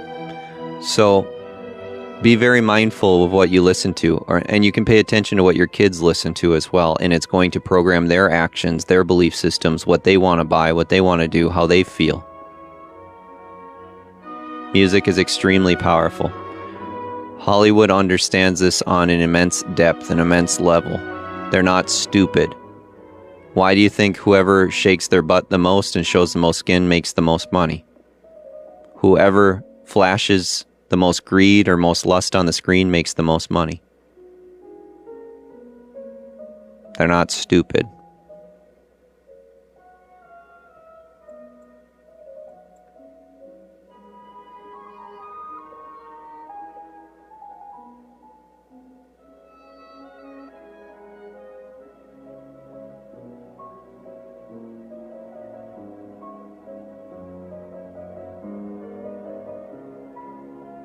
How many, if those of you who know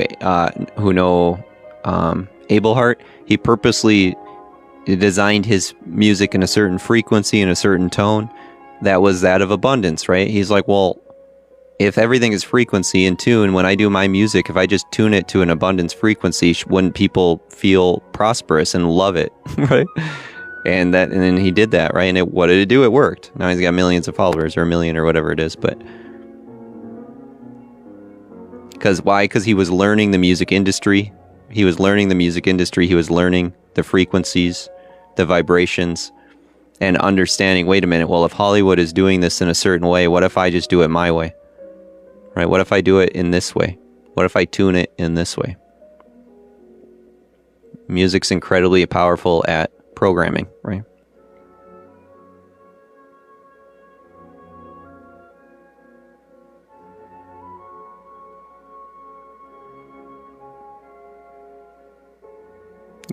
Immensely.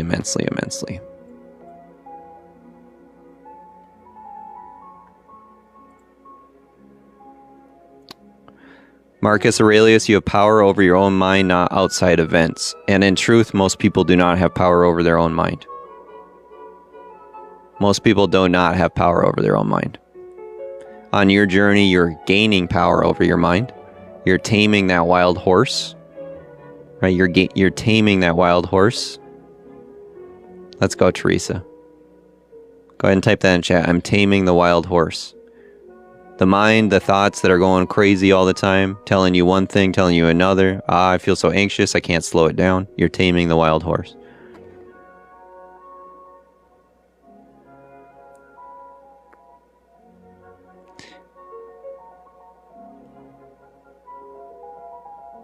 those in power, those at the top, those who own certain things like news, like media, they're designed to keep it a wild horse.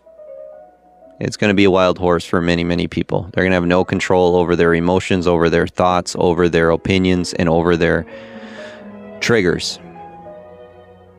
They're going to find themselves very opinionated, very argumentative, very angry and frustrated a lot of the time.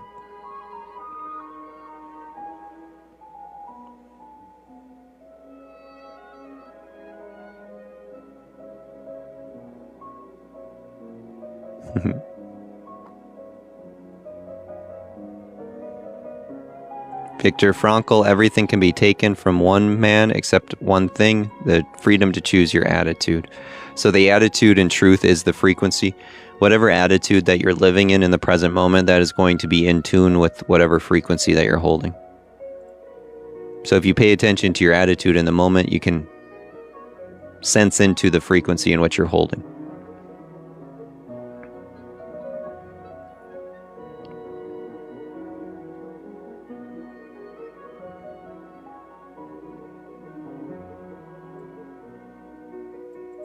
Colossians 3:2, set your mind on things above, not on earthly things. What are these things above? Set your mind on things above, not on earthly things. What are these things above? Right? What are things above instead of earthly things?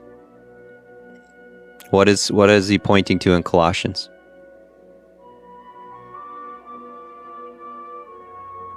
Love.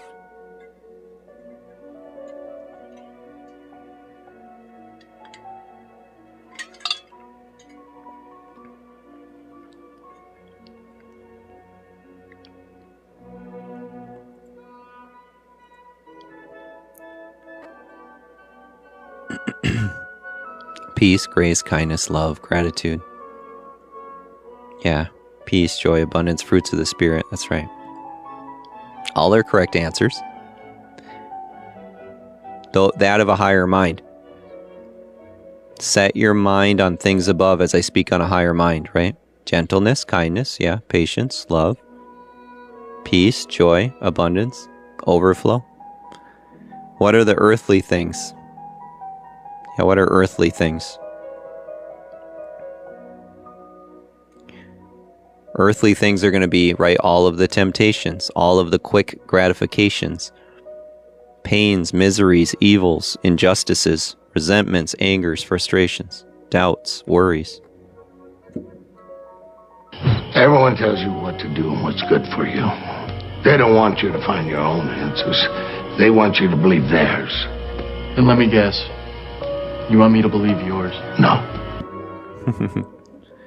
This is where some people come in here and they get very defensive or in a place of fear because, oh, you just want me to believe your beliefs, right? And a lot of people reject the Bible because of that. Oh, it's all control. It's all been manipulated.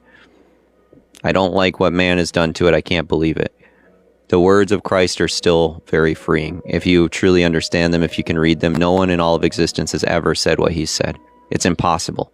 No human being could ever say the words that he said. It's impossible.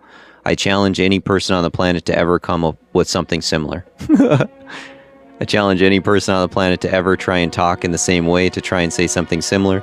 He is breaking apart the programming of the mind. He's breaking apart the unconscious constructs. And he's bringing someone into unity, into love with the Father. So I know a lot of people like to argue and like to say, well, I'm not going to do that because it's all used for manipulation and control. That was not the point when he went up on the cross, was to manipulate you and control you. Man did not go up on the cross to manipulate and control you, as much as you might want to believe that. Right? Yeah.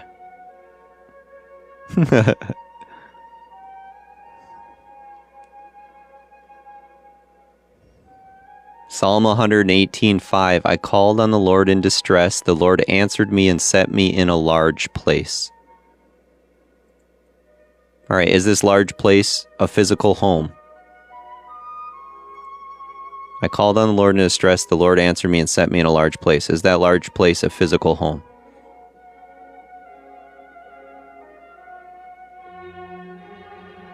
So what is that pointing to? I was in a very small place. I was in a very lack-limited place. I was in a lower egotistical mind. I was seeing the world from a very small perspective, and then he brought me into a large place. Whoa. To a higher vision. To a higher vision, to a higher mind. Brought me into a large place. I can see now.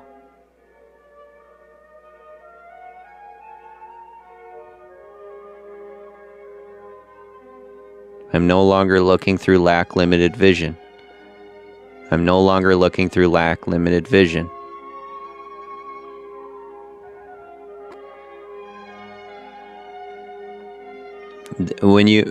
As you're reaching this place, it won't matter the circumstance in your life any longer.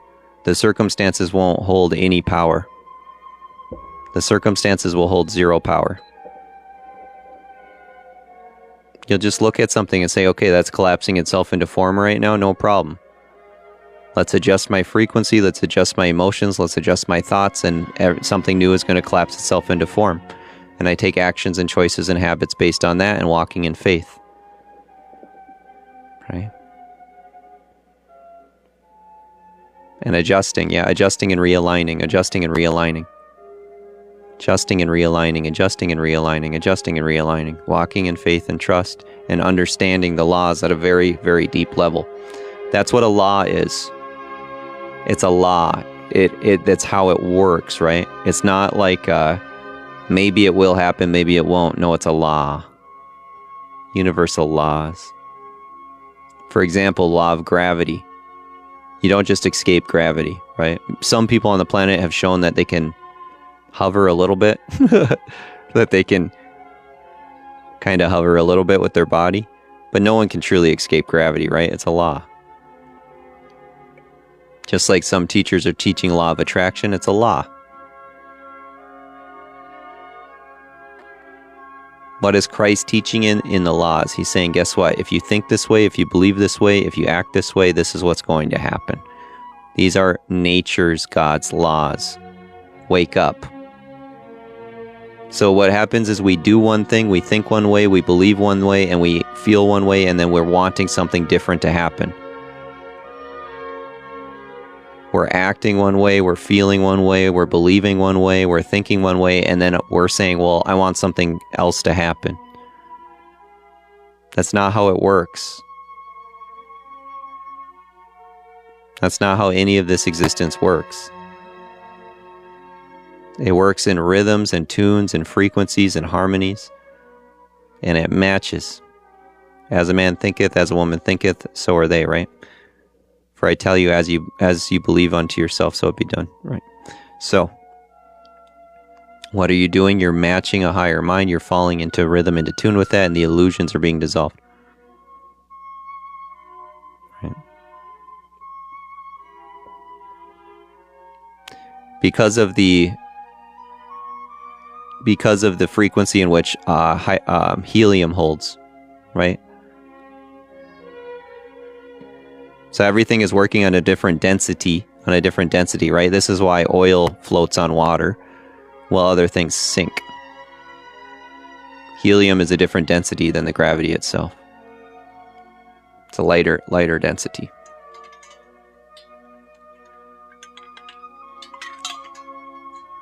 Right?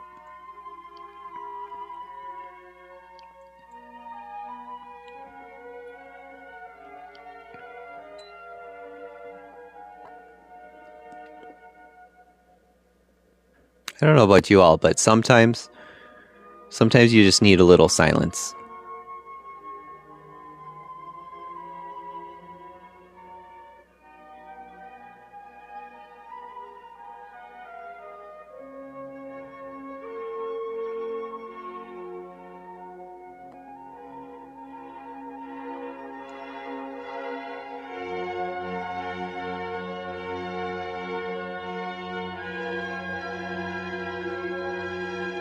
Yeah, sometimes you just need a little silence.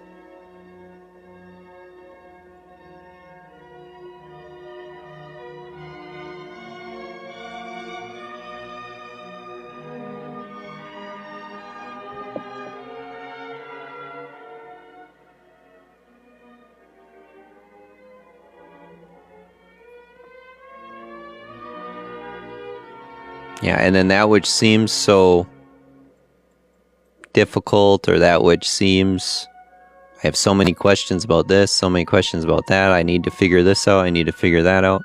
In that place of silence, your mind starts to go, I get it. I understand.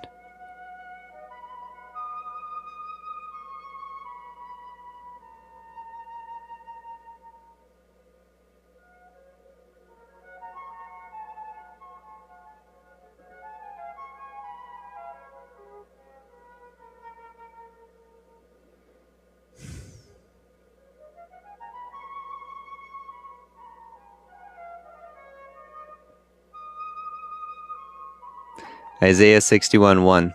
He has sent me to bind up the brokenhearted, to proclaim liberty to the captives. Right? How many people on the planet right now are brokenhearted or defeated? They're at the place of ready to give up. They're overwhelmed, they're frustrated, they're hopeless, and they're ready to give up. They're brokenhearted.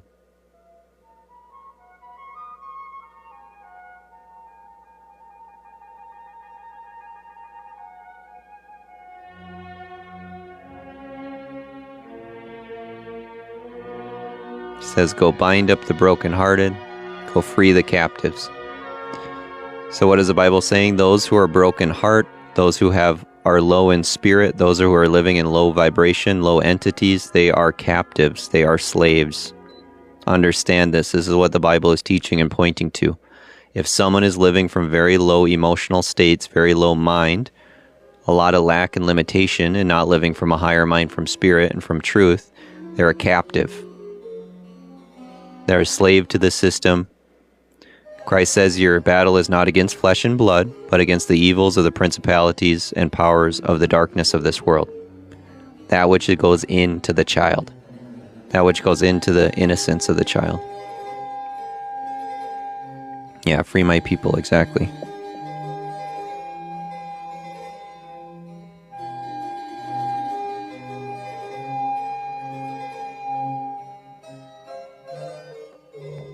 Too many to count.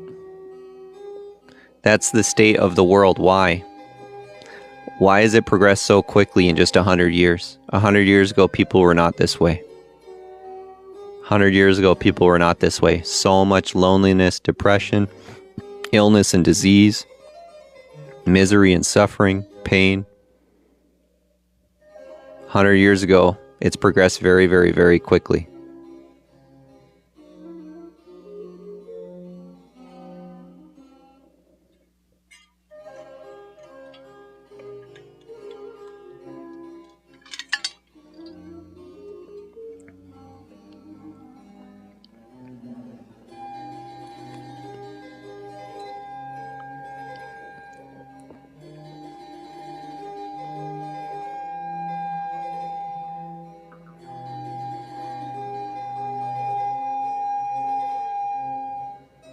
Because that which people listen to, that which people watch, that which people are programmed with, is very, very different than 100 years ago. That which people watch, that which people listen to, is very, very different. And then just like a tape recorder, I heard this, now I'm going to tell everybody else. I heard this, now I'm going to tell everybody else. How many of you in here know who Tom Green is? Anybody in here know who Tom Green is?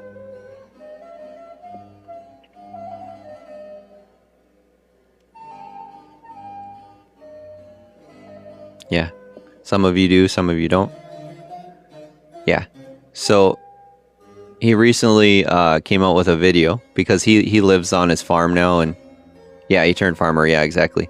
So he lives on his farm. He's more peaceful dude. He just wants to have his ponies and donkeys and all that stuff, right?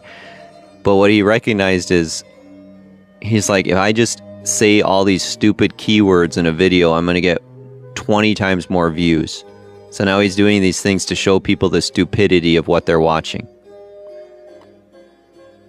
Right? So he's making these videos, and some people are like, oh, you're so funny. But he's really telling people, like, look at the stupidity of this. All I'm doing is saying UFO, I'm saying what the certain files, and I'm saying this, and now it's getting 1 million views. Like, do you not understand how ridiculously stupid this is?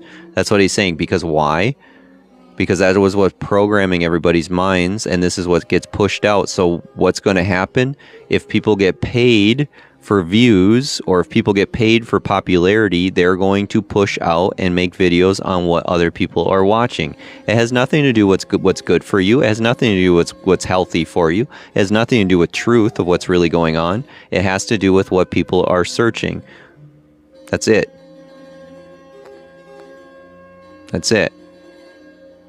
So if your mind is living in fear over UFOs, guess what? Everybody's going to be watching over it, right? Or curiosity. Yeah.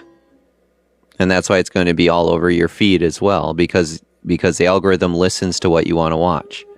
Whatever you're spending more time looking at, it's going to give you more of it. And then what's going to happen is people that are getting paid for their views, who are getting brand and mentorship deals or whatever it is, and getting money, they're going to just talk about whatever is the most popular thing. They don't care about anything else. They don't care about your emotions. They don't care about your mind. They don't care about your programming. They don't care if it's even truth.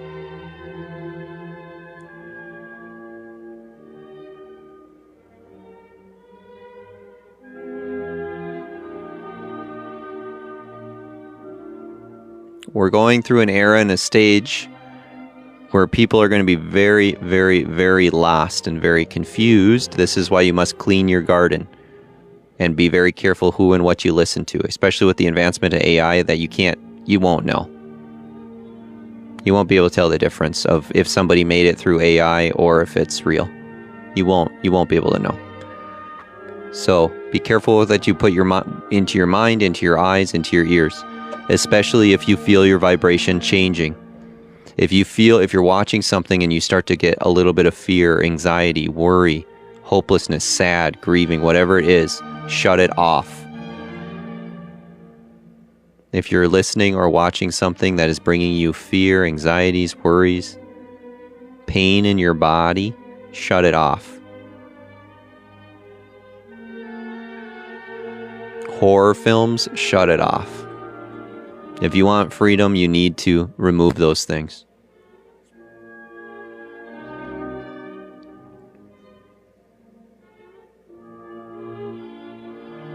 Because this is the programming of your mind, of your nervous system that you don't have control of. That's why it's a wild horse.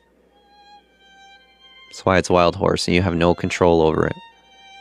I don't want to feel this fear anymore. I don't want to feel this anxiety. I don't want to feel this hopelessness or depression or whatever. Right?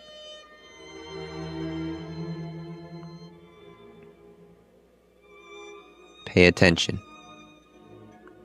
Become aware and pay attention. Right, is this truly serving me right now, or am I just going down a rabbit hole? And all of a sudden, 5 hours later, you're like, oh, I'm exhausted. What the heck just happened? As you went down this immense rabbit hole. I have to figure everything out about this conspiracy.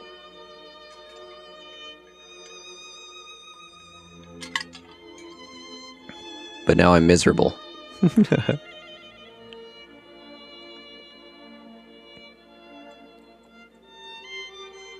Yeah. Until eventually there'll be an immense amount of discernment. It won't matter if you're watching it because you'll know it's a complete lie. You'll just be like, it means nothing to me. Right? I know that they're doing it for views right now. I know that they're trying to get fear stirred up inside of people so everyone will share it. Everyone will comment.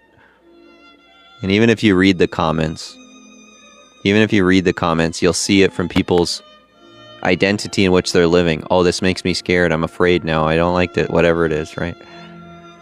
Or anger or frustration or pain or whatever. The emotions being projected onto the screen of consciousness. The emotions being projected onto the screen of consciousness. This is what social media is.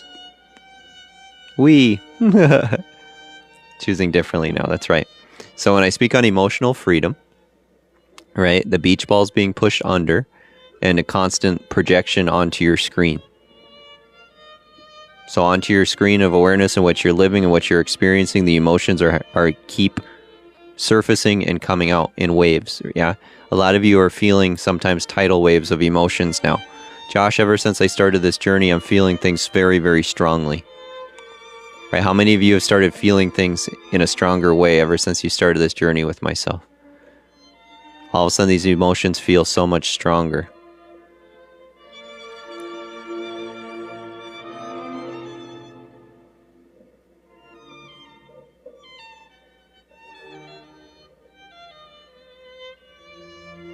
The beach balls are having a chance to be seen. That which has been suppressed, repressed, numbed, hidden from, distracted from, has an opportunity to finally be felt and seen. Yeah, learning to flow with it. Let's go. Changing with divine guidance, yeah. So like I mentioned, I'm always biased. The greatest of transformations happen in those one-on-ones. I always meet people wherever they're at on your soul journey, on your life story. Meeting your body, your mind, your nervous system, wherever it's at. I'm never there to judge you, to shame you, to guilt you. Oh, what's wrong with you, you evil sinner? Right?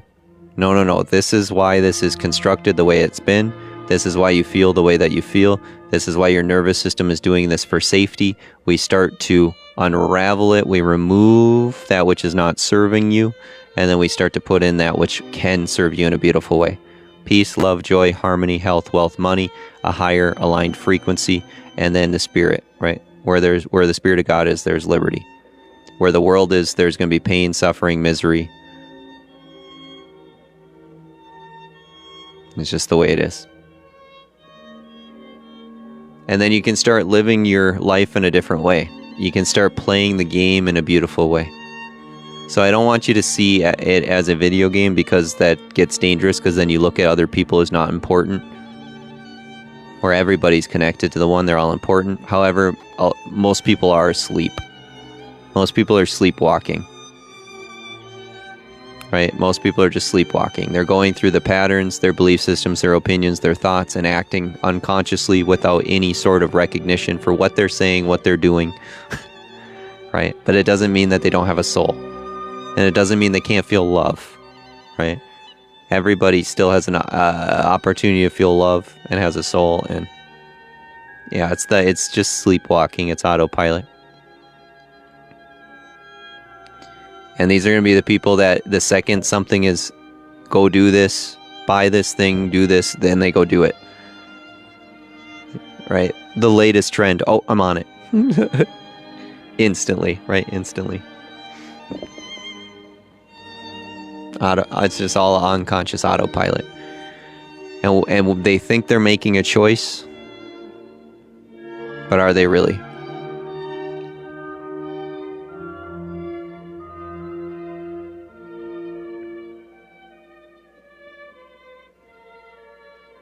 You take two different kids. One grows up in a all blue home, and another grows up in an all red home.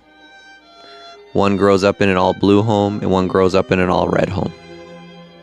They're both going to grow up with different opinions, different beliefs, and they're both going to think they're right. They're both going to be extremely opinionated, argumentative, frustrated, and thinking that my way is the right way.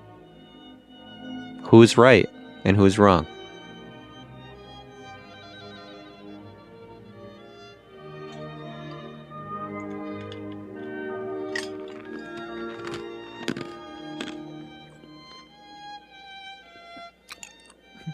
So hypnotherapy is another tool designed to bring the brainwaves into a lower state.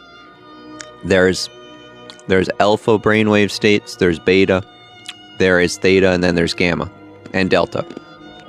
Right, so we have alpha, beta, theta, delta, gamma. I'm a master in hypnotherapy, so when I do it in those nighttime lives, I'm bringing you into delta. It's not very easy to do. Most people that consider themselves hypnotherapists are not able to do it. Most of the time they might get someone into theta, or they're trying to force something in. Most of it comes from a very deep spiritual soul journey dive of clearing the mind and flowing from a different place. I speak on 3 levels of consciousness. We have the mental consciousness, right?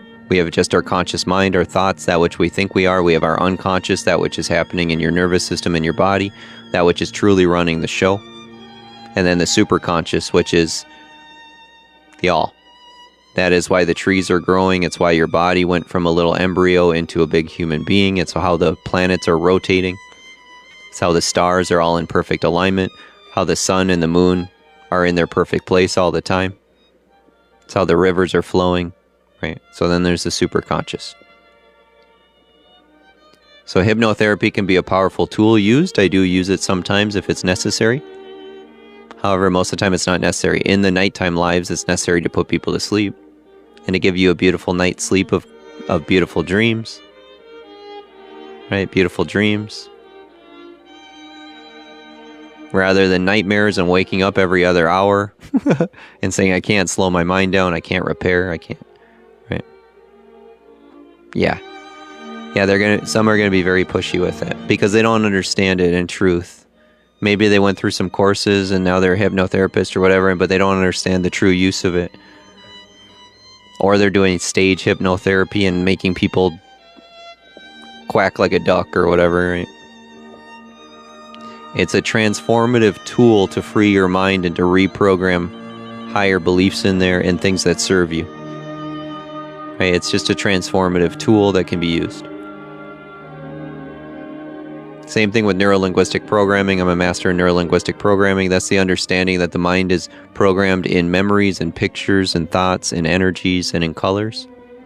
And then when you start to move those things around in beautiful ways, it can change your nervous system, where you're no longer acting from a place of safety and fear. It's all about bringing you out of the fear response. It's all about bringing you out of the fear response. The world and many systems are designed to keep you in fear, in FOMO, right?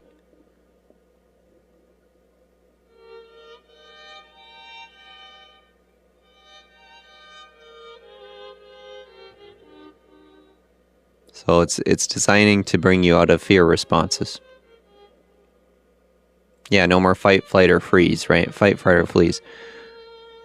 So these are the automatic happenings of the animalistic mind, right? The animalistic lower mind is going to go into fight, flight, or freeze very automatically without even realizing. Why do I feel stuck? Why am I not moving? Why am I running away? Why am I numbing? Why am I hiding? Why am I distracting? Why am I fighting? Why am I arguing? Why am I so defensive? Why am I argumentative?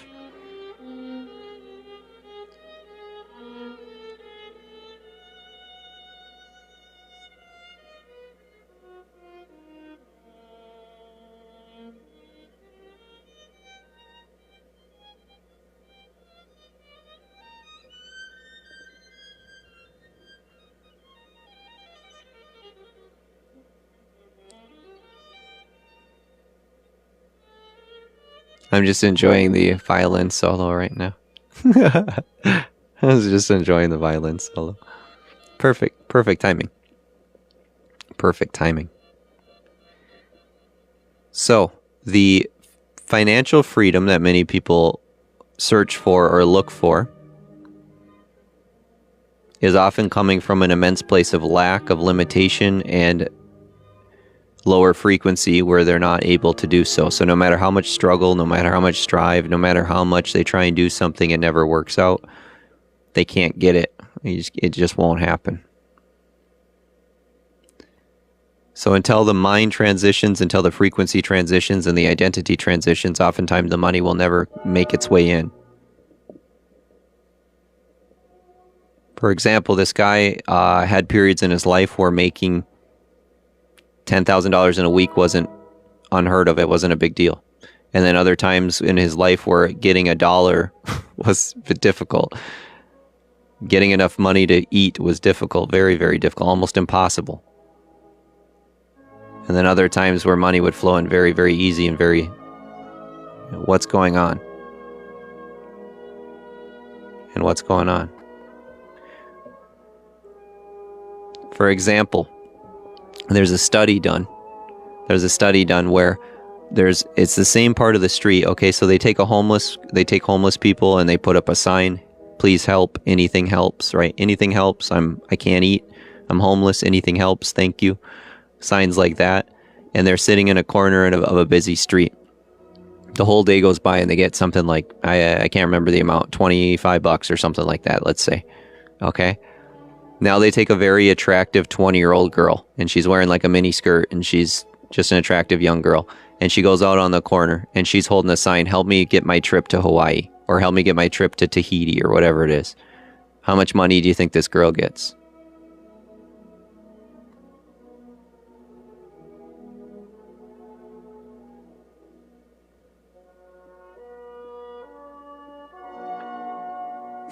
Bunches. Lots.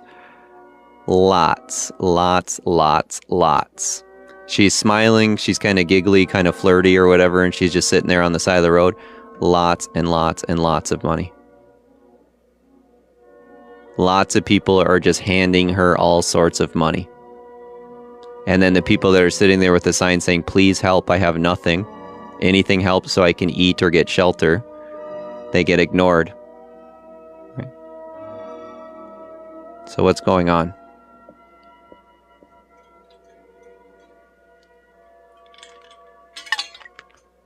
In a very similar way, you see this on, enough to go to Machu Picchu too, exactly.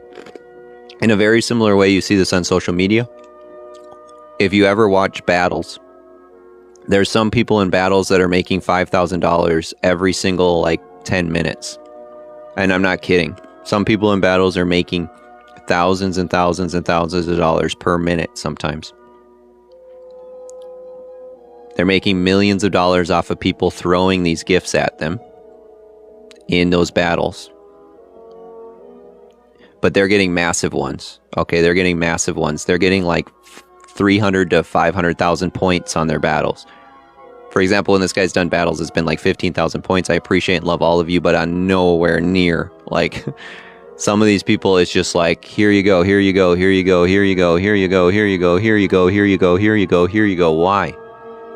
And then you scroll through and you see somebody else doing a dance or whatever they possibly can to get one rose, which is equal to a penny. And they're like, thank you so much for the rose. It's equal to a penny. Where somebody else is getting $300 gift, $500 gift, another $1,000 or whatever.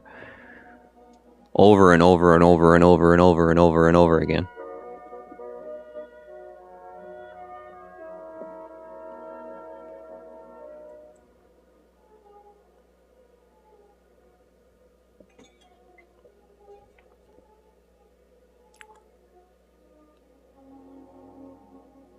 And then people from other countries that are scrounging. Please send me one rose, please. Good morning.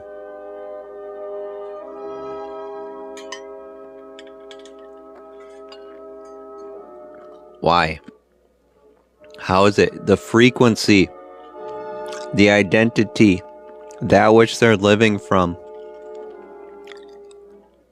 The world is responding to their state of being. The world is responding to their state of being. Someone is living in a very lack-limited mind. Someone is living from a very, very low place of poverty, of suffering. The world is reflecting it back. Someone is living from a very wealth-high level of rich consciousness. And they just think that everything comes to them so easily. Everyone blesses them. Boom. What's happening? The world is reflecting that back to them. Some of them are still very grateful and very appreciative. Right? I've watched a few of them where they're just like, thank you, thank you, thank you, right? They're very appreciative, but they're getting blasted with more money than anyone would know what to do with. If you watch some of them. I'm talking about the top creators. I'm talking about the creators that have 2,000 to 5,000 people watching at once, and then they're doing battles every 2 seconds, right? They're always in a battle. They don't do anything else. It's just battle, battle, battle, battle, battle. Why? Because it's just constant money, right? And keeping that. For example, we're in B5 in rank. I don't know. It's very hard to move up when I'm never doing battles. It's almost impossible, right? So there's a choice that happens. Do I move up in ranks to get more people in here and do more battles, or do we stay where we are, right? There's a choice that has to be made. I'm not a big fan of the battles, to be honest, because I know how it's designed. But is what it is. Yeah. Go in, Beth. Right, go in. Let's battle. Yeah. Right. But that's how people get the rankings up, and then they get more viewers, and it's a game, right? It's a game, and it's designed that way. And people who are in like A1 or A2, they'll get a lot more people in their channel. It'll push to them. And that's why people are doing it constantly. Battle, battle, battle, battle, over and over and over and over and over and over and over again. Because they're going where the money is, right?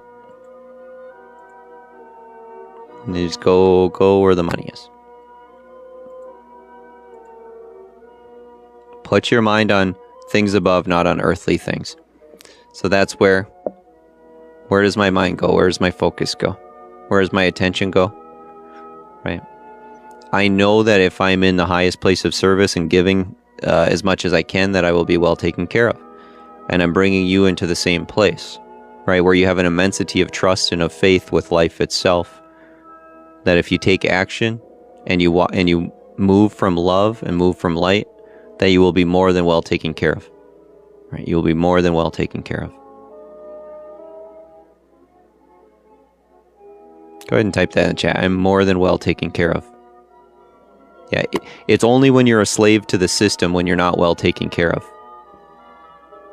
If you're free, you are well taken care of. Yeah, if you're caught in the hamster wheel, you may not be well taken care of.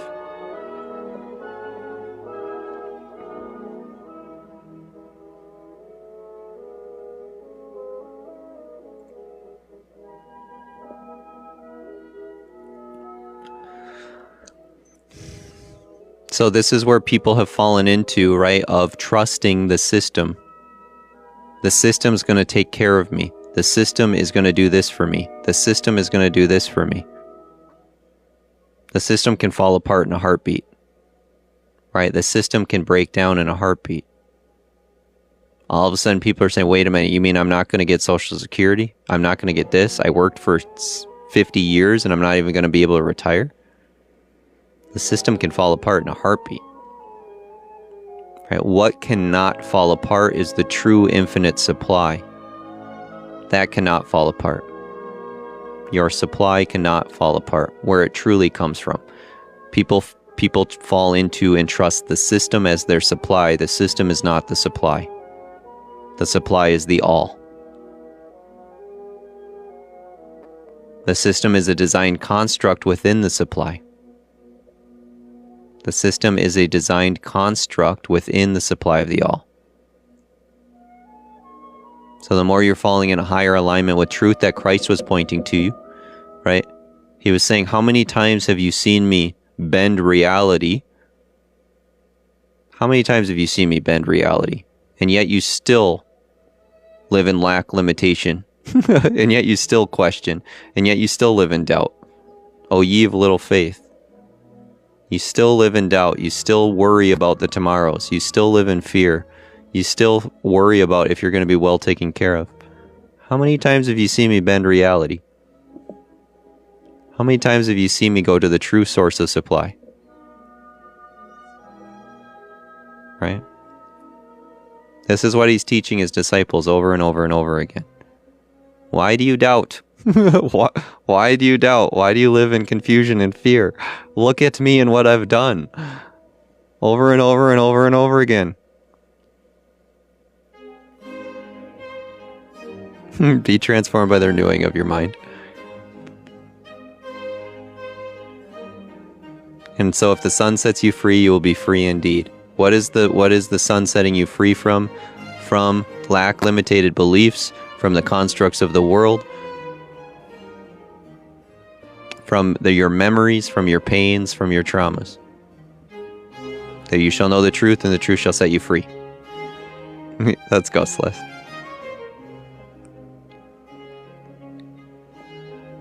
So emotional freedom. Yeah, emotional freedom. I always point to the movie Inside Out, because it's not fully truth, but it just shows it in kind of a beautiful way. Of how many emotions are trying to take over your experience, and yet inside yourself you're always fighting. No, I have to feel happy. No, I have to feel joy. Go away sadness. Go away this. Go away that. Right? And you're pushing the beach balls down, and then eventually they just explode. Listen. It's like if a check engine light comes on in your car and you go, I'm not going to pay attention to it. No. I'm not paying attention to this check engine light. Just go away. If I don't pay attention to it, it's just going to go away. If I distract myself from it, if I numb, or if I hide, if I run away from it, it's just going to go away. And then all of a sudden it gets worse and worse and worse and worse.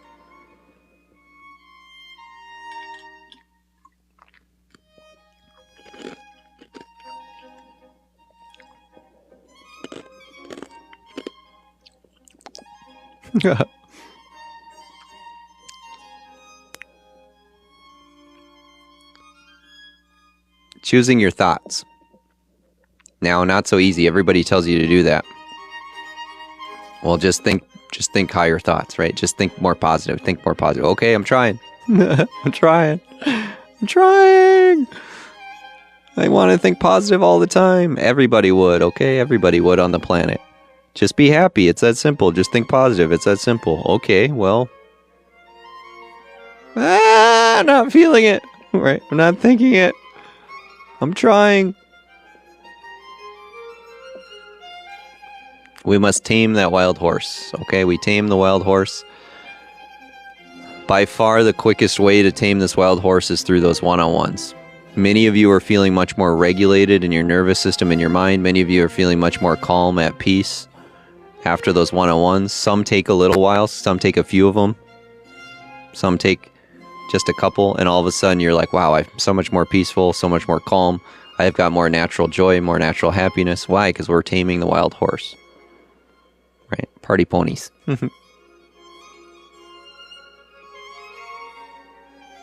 So then you get to just start to decide what your mind is going to do.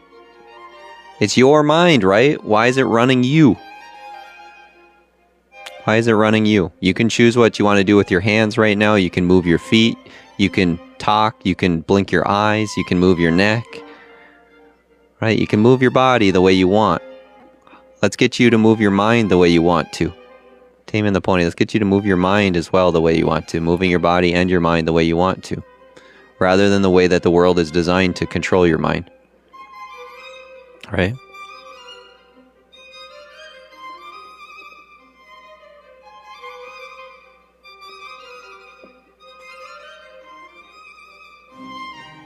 You're at the laundromat this morning and your body didn't react to the movement of the bench. So, some lose control of their body as well, yeah? How many of you have seen this where people lose utter control of their body also? What's going on is those emotional frequencies have existed far too long in those beings, or they're living by karmic patterns of the death, sin, destruction cycles. And now there's no control of the body whatsoever. You might see some people on the street that are yelling and screaming obscenities as you walk by them, right? Where there's these lower entities that are living through their being. And they're cursing out loud or screaming or kicking or moving their body. Substances that they've taken, and they lose control of their body. So now their being, now their soul doesn't have control of their body or their mind. Now they've lost all control, and now they're just being used. Their vessel is being used by what Christ would point to as these dark spirits, right? And then he casts those out. I call them viruses and codes that have gone inside through these lower frequencies. But as they were pointing to in the past, they're just saying evil spirits, right? Why? Because your soul, the truth of yourself, no longer has conscious control over the body or the mind.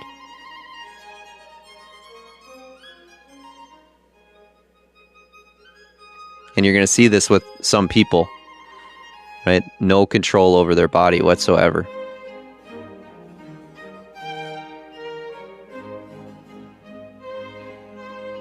And it generally happens if they're taking substances or drinking a lot of alcohol.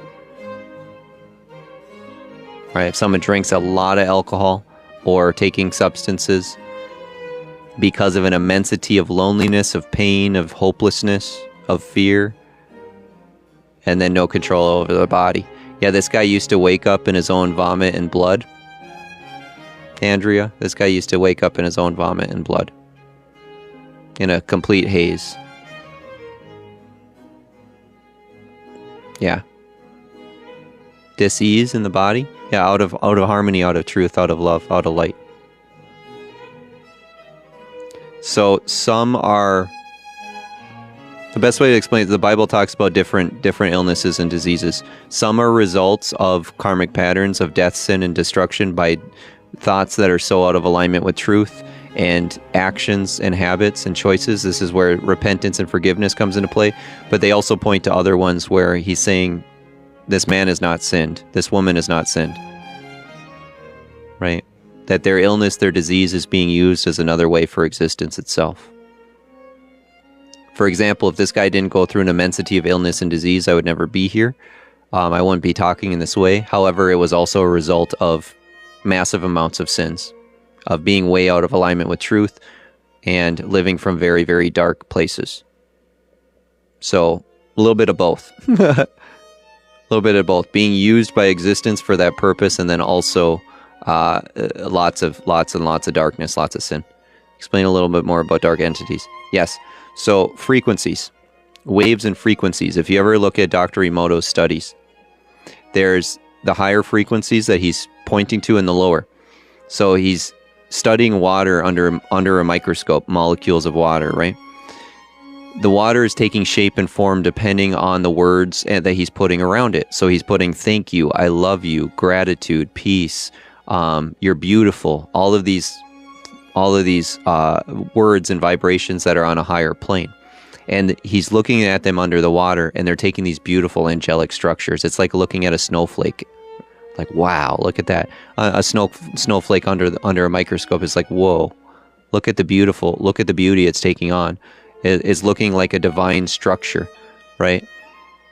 Almost like a code or a geometrical balance in the field. So the geometry of the math behind the frequency is taking on that shape and form. In a very similar way, he's now doing it on the other end. I hate you. Go to hell. All sorts of things. I can't even, it's difficult for me to think of the lower phrases. You're worthless. I shouldn't be here. All sorts of things like that. It's hard for me to even think of a lot of those lower phrases. So he's looking at him under a microscope, okay? What's happening is they're taking on this very evil-looking, gross structures. It's almost like a swamp. And then it started to make these gross faces, and they look like little demons and little devils. So these spirits and these entities like to live in certain environments. Angels are going to live in environments with harps, with harmony, with balance, with grace, with beauty. And the angels will, I love it here. This is where we worship God. This is where we worship existence. This is where we live in love and beauty and peace and gratitude. And we sing all of our days of our life. And I will certainly be right at your side, the angel says, when you're living in gratitude and in appreciation. And now when we're living in a frequency, our vessel's living in a frequency of I hate everybody, they're evil, this sucks, life is miserable, I'm hopeless, I'm in despair, I'm living in fear. All of a sudden, these entities are going, this is my home, this is where I live. And you're having all those thoughts that are similar in the same vibrational wave, pattern, right? So then those demons and those little devils say, this is where I live, this is my home. And then you're having thoughts that are similar in the same wave and the same frequency.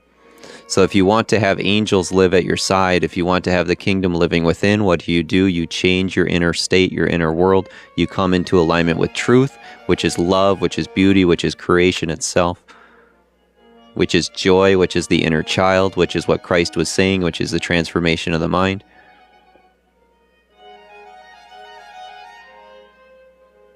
And then you'll feel divinely protected everywhere. It's no longer a, you better look out or I'm going to attack you. God's going to smite you. No, you're just protected. You're at peace. And you're living in love and in light. Right?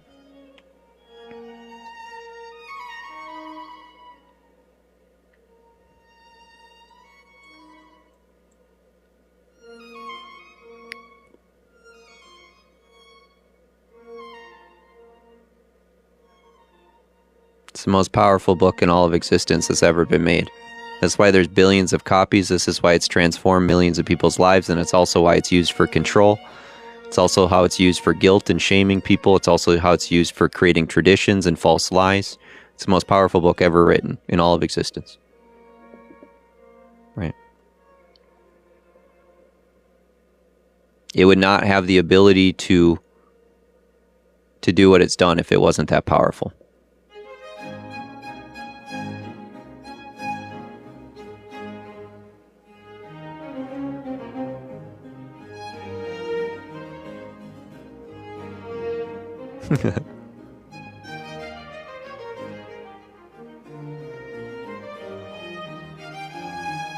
What do I think about angels? I love them. I don't know. What do you want me to say? I love them. Yeah. I love them. They're going to exist in an alternate reality, right? They're not going to exist in the same physical plane that you and I are living. However, right? Why? Because they're going to exist in the higher vibrational planes. That is pure love, pure beauty, pure grace. Right?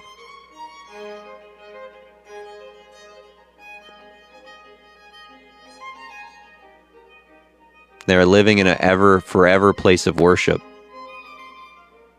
Yeah, they're angelic. They're living in a forever place of worship. That's their being. That's what they do. That's what they do. Right?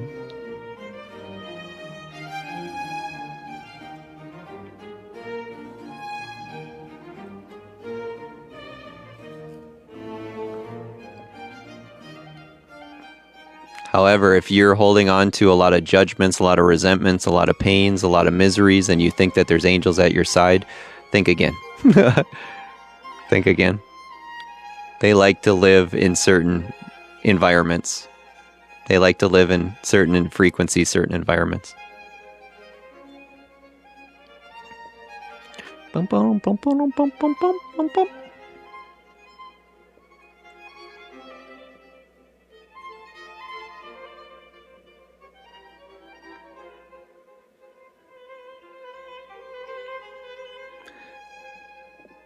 The path to life and growing life all around you, right?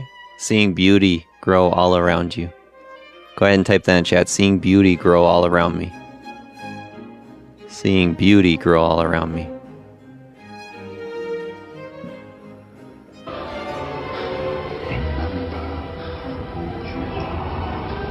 No, please, don't leave me. Father, don't leave me.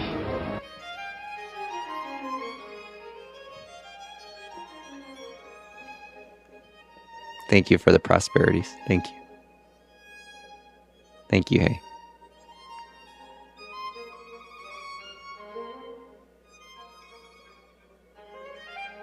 Thank you, hey. So how does someone change their frequency? If frequency is the emanation in the field and attracting all things like unto itself. Let me say that again. If frequency is emanating everything in the field and attracting like unto itself, how do we change our frequency?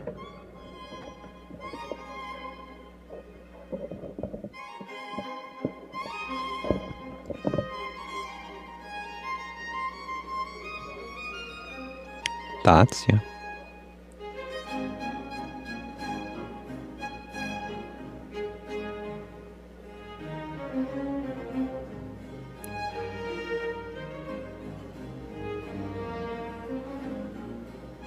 Yeah, keep your eyes on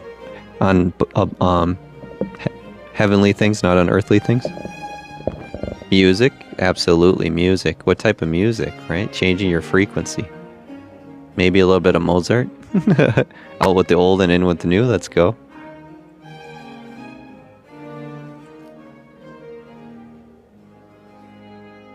So awareness of self, removing the old. Awareness of self, removing the old.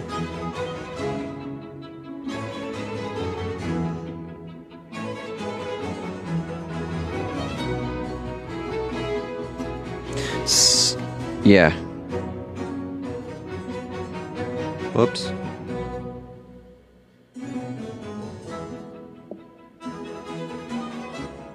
I guess I can leave this on. It's no longer Mozart, but it's It's good. So, making the next right choice. Yeah, staying positive.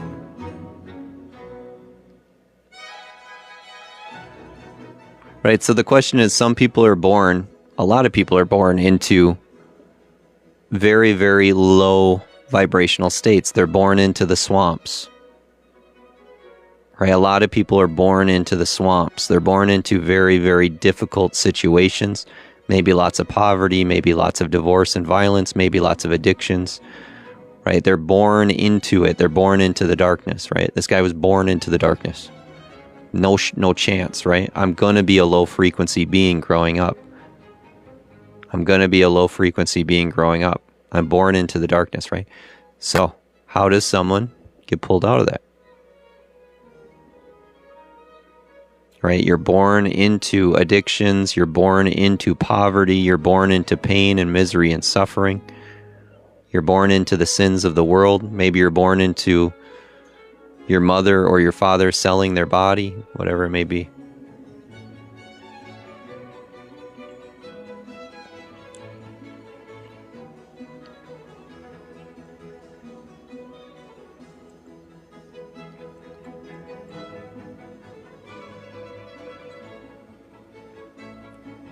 Yeah, so one, we become aware and we wake up to what's happened. Pet cute puppies and kittens. In truth, they could pet all the cute puppies and kittens as they want, and the programs and the codes are still going to be there. Yeah, JC? They might feel good for a while, but the programs and codes are still going to be there. It's their underlying written nervous system of how they're going to respond to others in the world and how they're going to act. So, right? So we become extremely aware of these codes, of these programs, for one, right? Awareness. Yeah. They're going to feel good for a while. Can't hurt. Yeah, they're going to feel good. So we become aware of our own self. Freedom starts with the awareness of our own self. With all thy getting, get understanding. With all thy getting, get understanding. Understanding of what? Of how you function. Get understanding of how you function.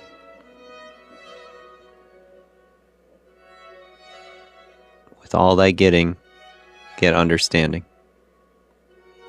So awareness of my own programs and my own codes, becoming extremely aware of what's running my being, what emotions are doing what to me, what are my triggers, what are my responses, what are my belief systems, where did they come from? So that's the challenging of those things, right?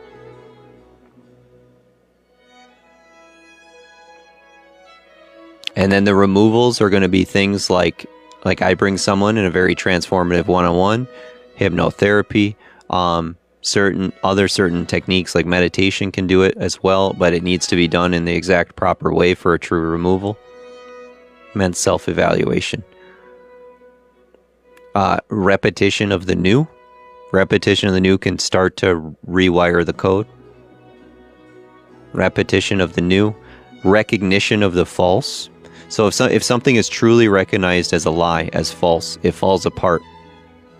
For example, if I'm telling myself something, this is how reality works, this is the way I am, this is the way I feel, this is who I am, and I truly believe that over and over and over again, once it's seen as a lie, once it's seen as false, it can't hold on, it falls apart, right?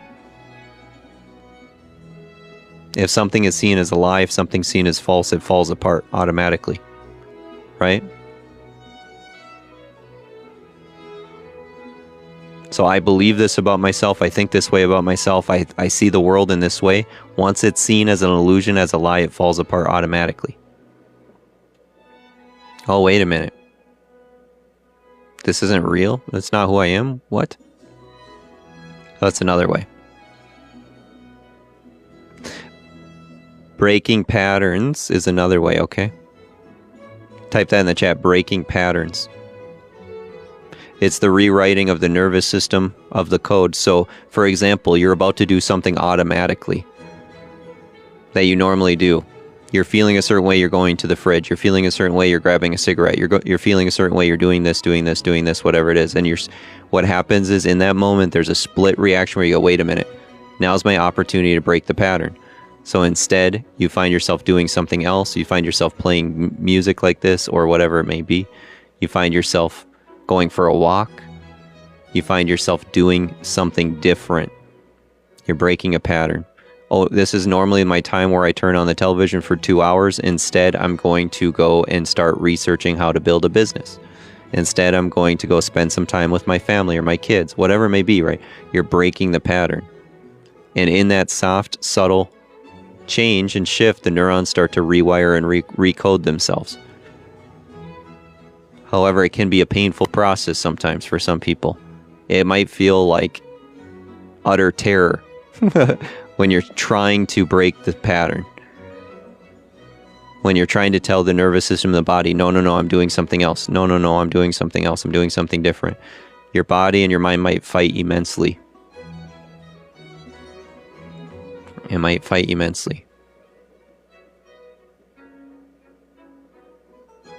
Yeah, the process of that, exactly. It's a process, not an event, exactly.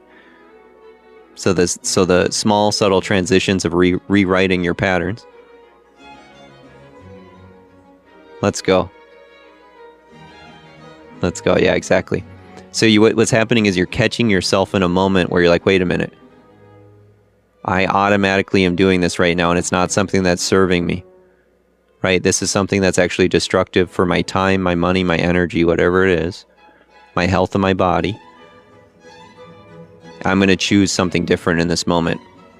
Just notice if you can choose something different, or if your chemicals and your brain and your body are choosing for you instead.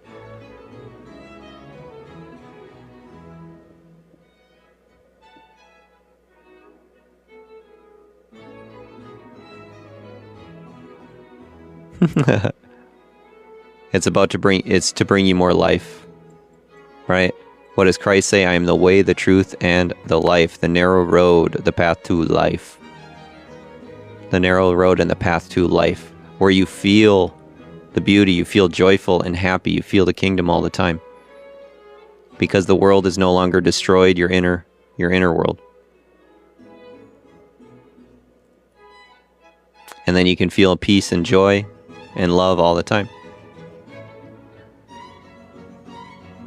Instead of being filled by the numbing, the hiding, the distractions, the world, whatever it is.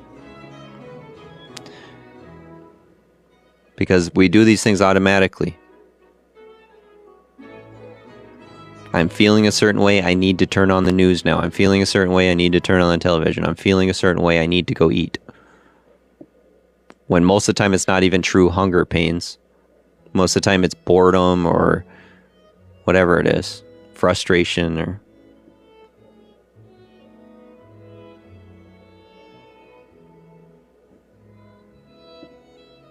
breaking the patterns, right? Breaking the codes. And then I talk about financial freedom as well, right? So some people have a very easy time making money or being financially free because they grew up, they learned how. Or maybe they got a career that definitely pays them very well, or they learned how to invest. Their parents were good with money. They taught them how to deal with it. They look at money in a different way. They know how to invest, whatever it may be. So some people have a much easier time doing it, and then others are programmed in such a way where it's immensely difficult. Where your actions, your choices, your habits, your thoughts, your emotions, the lack limitation beliefs, everything make it near impossible to make money. Or a lot of it.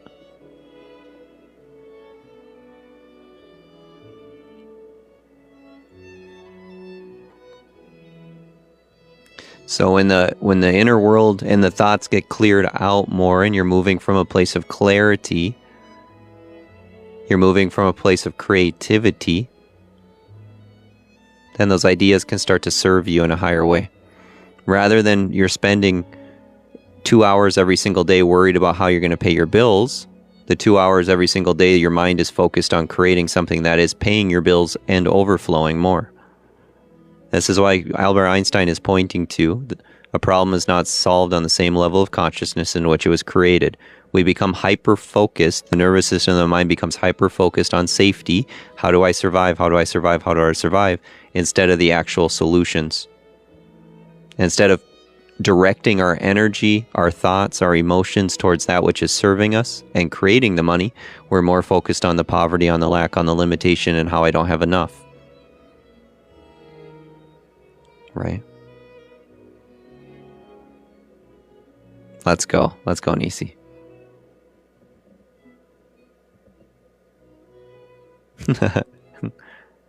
Exactly. Exactly.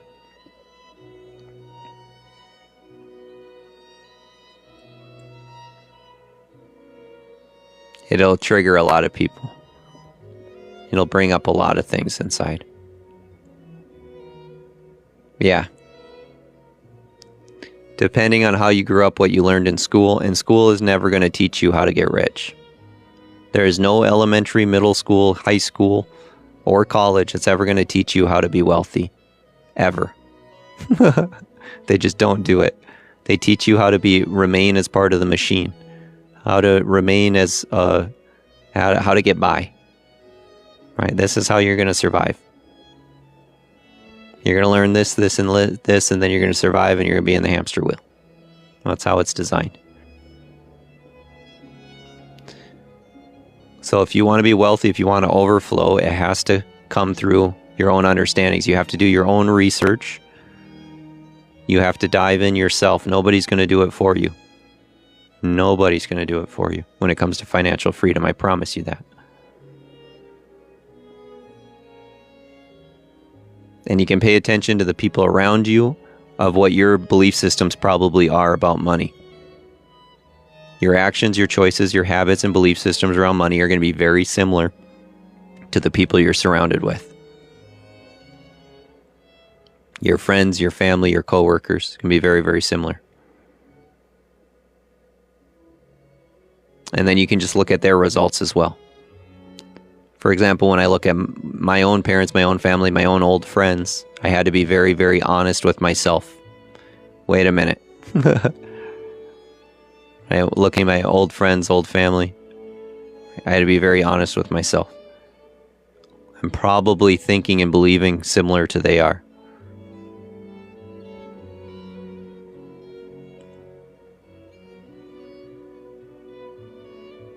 The rich get richer and the poor get poorer, right? Rich get richer and the poor get poorer. So if you want to start overflowing with money, you must move into a higher wealth consciousness that creates and takes action from a higher mind. Where there's courage, there's strength, and there's understanding, there's faith, and it just simply walks from the place of overflow.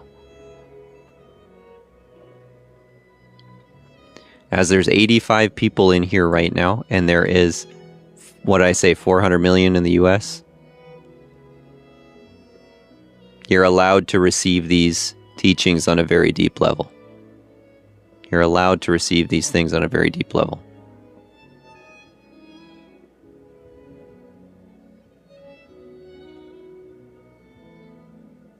Because as Abracadabra said, most people will just tell you, shut this crap off. If you're playing something like this in public, most people are going to yell at you and say, shut that crap off. Yeah, choose to. Okay, beautiful. How many of you have gone on a little journey on Freedom Friday today? How many of you have gone on a little journey on Freedom Friday here today? I just wanted to mix things up a little bit with a little bit of Mozart, classical music, as we spoke through today. Go ahead and type a 1 in the chat if you went on a little journey here today.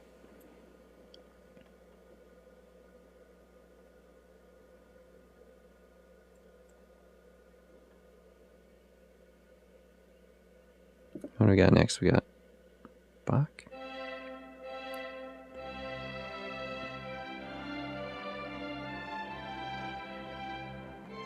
Yes. Whoa.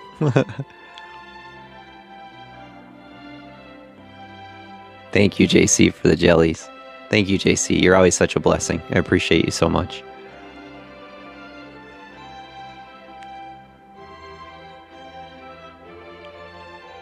Amazing. Amazing, right? I've got a few one-on-ones coming up here, and I need to prepare some things beforehand. So I am going to end up ending the live here. I want to send you all off with an immensity of love, peace, joy, courage, strength, and a higher mind to carry with you. Take the action that you need to take, right? Try and break some of those patterns, some of those codes. If you feel like you need to dive deeper to look at things like memories, pains, traumas, your nervous system, if you feel like you need to move into regulation, if you want to look at some of your thoughts or beliefs, make sure to look into the one-on-ones. They are always the most transformative as we can specialize it for you. Right? The link is in the bottom left if you want to know about those one-on-one FaceTimes. And I'll send you the details. You can simply decide if it's right for you. There's been a massive amount of positive responses. Let's go, Teresa. Excellent. Thank you, Marissa. Thank you for being in here. Thank you, everybody, for being in here today. I will see some of you tonight for the nighttime sleep, peace, rest, meditation, release. I'll see some of you in the one-on-ones today or tomorrow. And then I will be on Saturday, Sunday evening for the Higher Consciousness New Earth Talks. Okay, beautiful, Nisi. Yeah, if he wants one. As long as somebody asks, if somebody is asking, that means that something deep within them is calling for it. So that's beautiful. What I often get asked a lot is, hey, thank you so much, Sonia the Blooming. Let's go. Let's go, Sonia. Let's go. You're awesome. What I get asked a lot is, hey, my kid has this, or my whatever has this. I'm going to get them a session with you. If they don't ask for it, do not put them in it. They need to be the one asking. They have to be the one asking. Otherwise, there's generally an immense amount of resistance, and the change will not happen. The transformation will not happen. There has to be a calling within them saying, I want peace, I want love, I want freedom. I don't want to think this way anymore. I don't want to feel this way. I don't want this addiction anymore, whatever it is. There has to be the calling inside of them. Otherwise, they're just being looked at with judging eyes of that their journey is wrong. Otherwise, you're just looking at them as you're doing something wrong. I don't like it. And you need to change. I'm going to put you in with this guy because you need to change. It's never going to happen. They're just going to be extremely resistant and say, I hate my parents, or I hate them for doing this to me. Okay. But if someone's asking for it, that's beautiful. Then they're certainly called for it.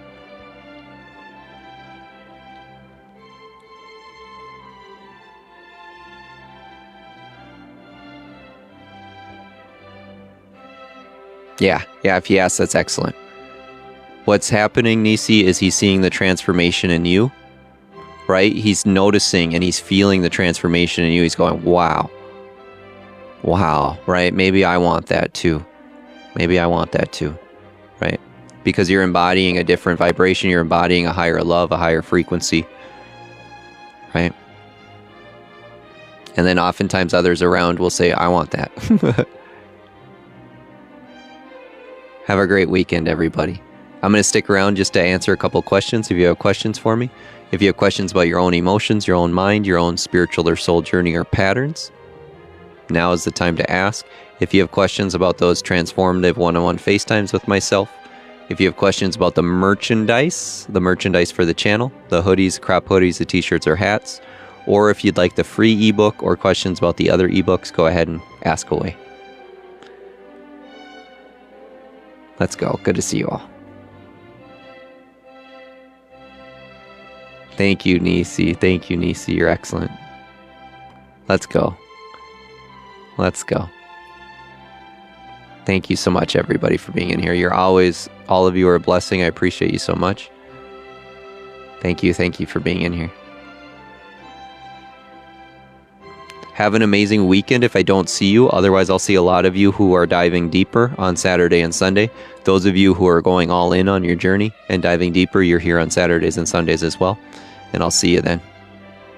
Or tonight for the nighttime live. Thank you, Janet. Let's go, Marissa.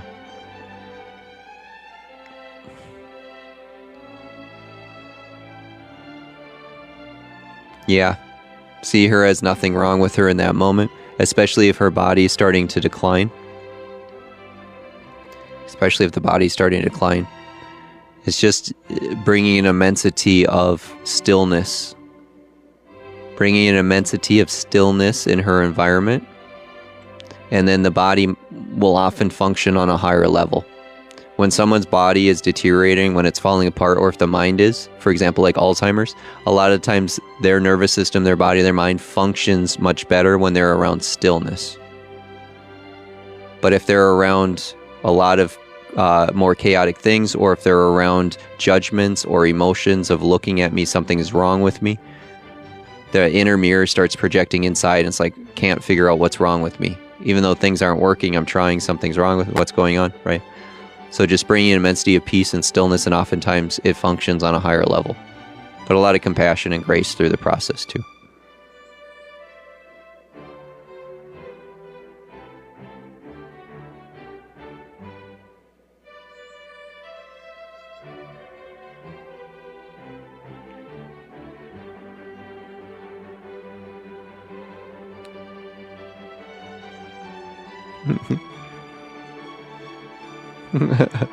This song is so fun.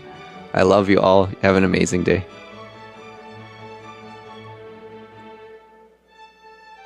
I'm just kind of enjoying the song now at this moment. If there's any other questions, now take advantage of it during this time.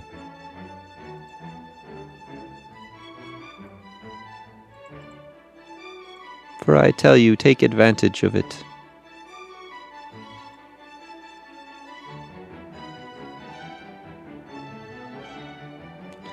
Dun, dun, dun, dun, dun, dun, dun, dun. Beautiful.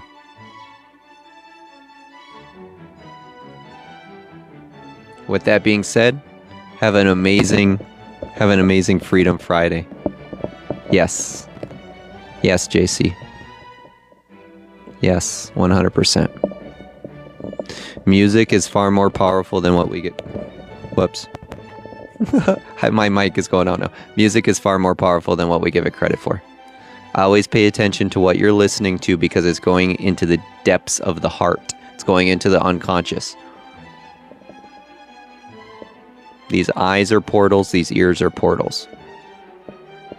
And the greatest composers of all time understand this. It changes emotional states, it changes the nervous system, and it can rewrite coding.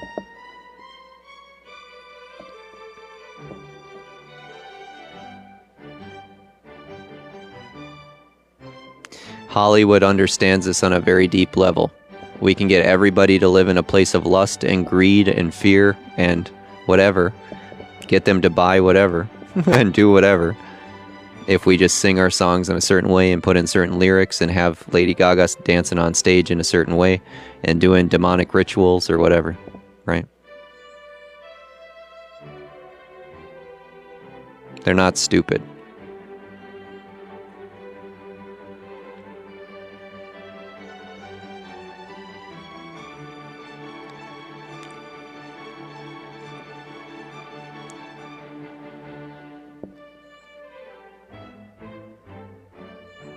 Excellent.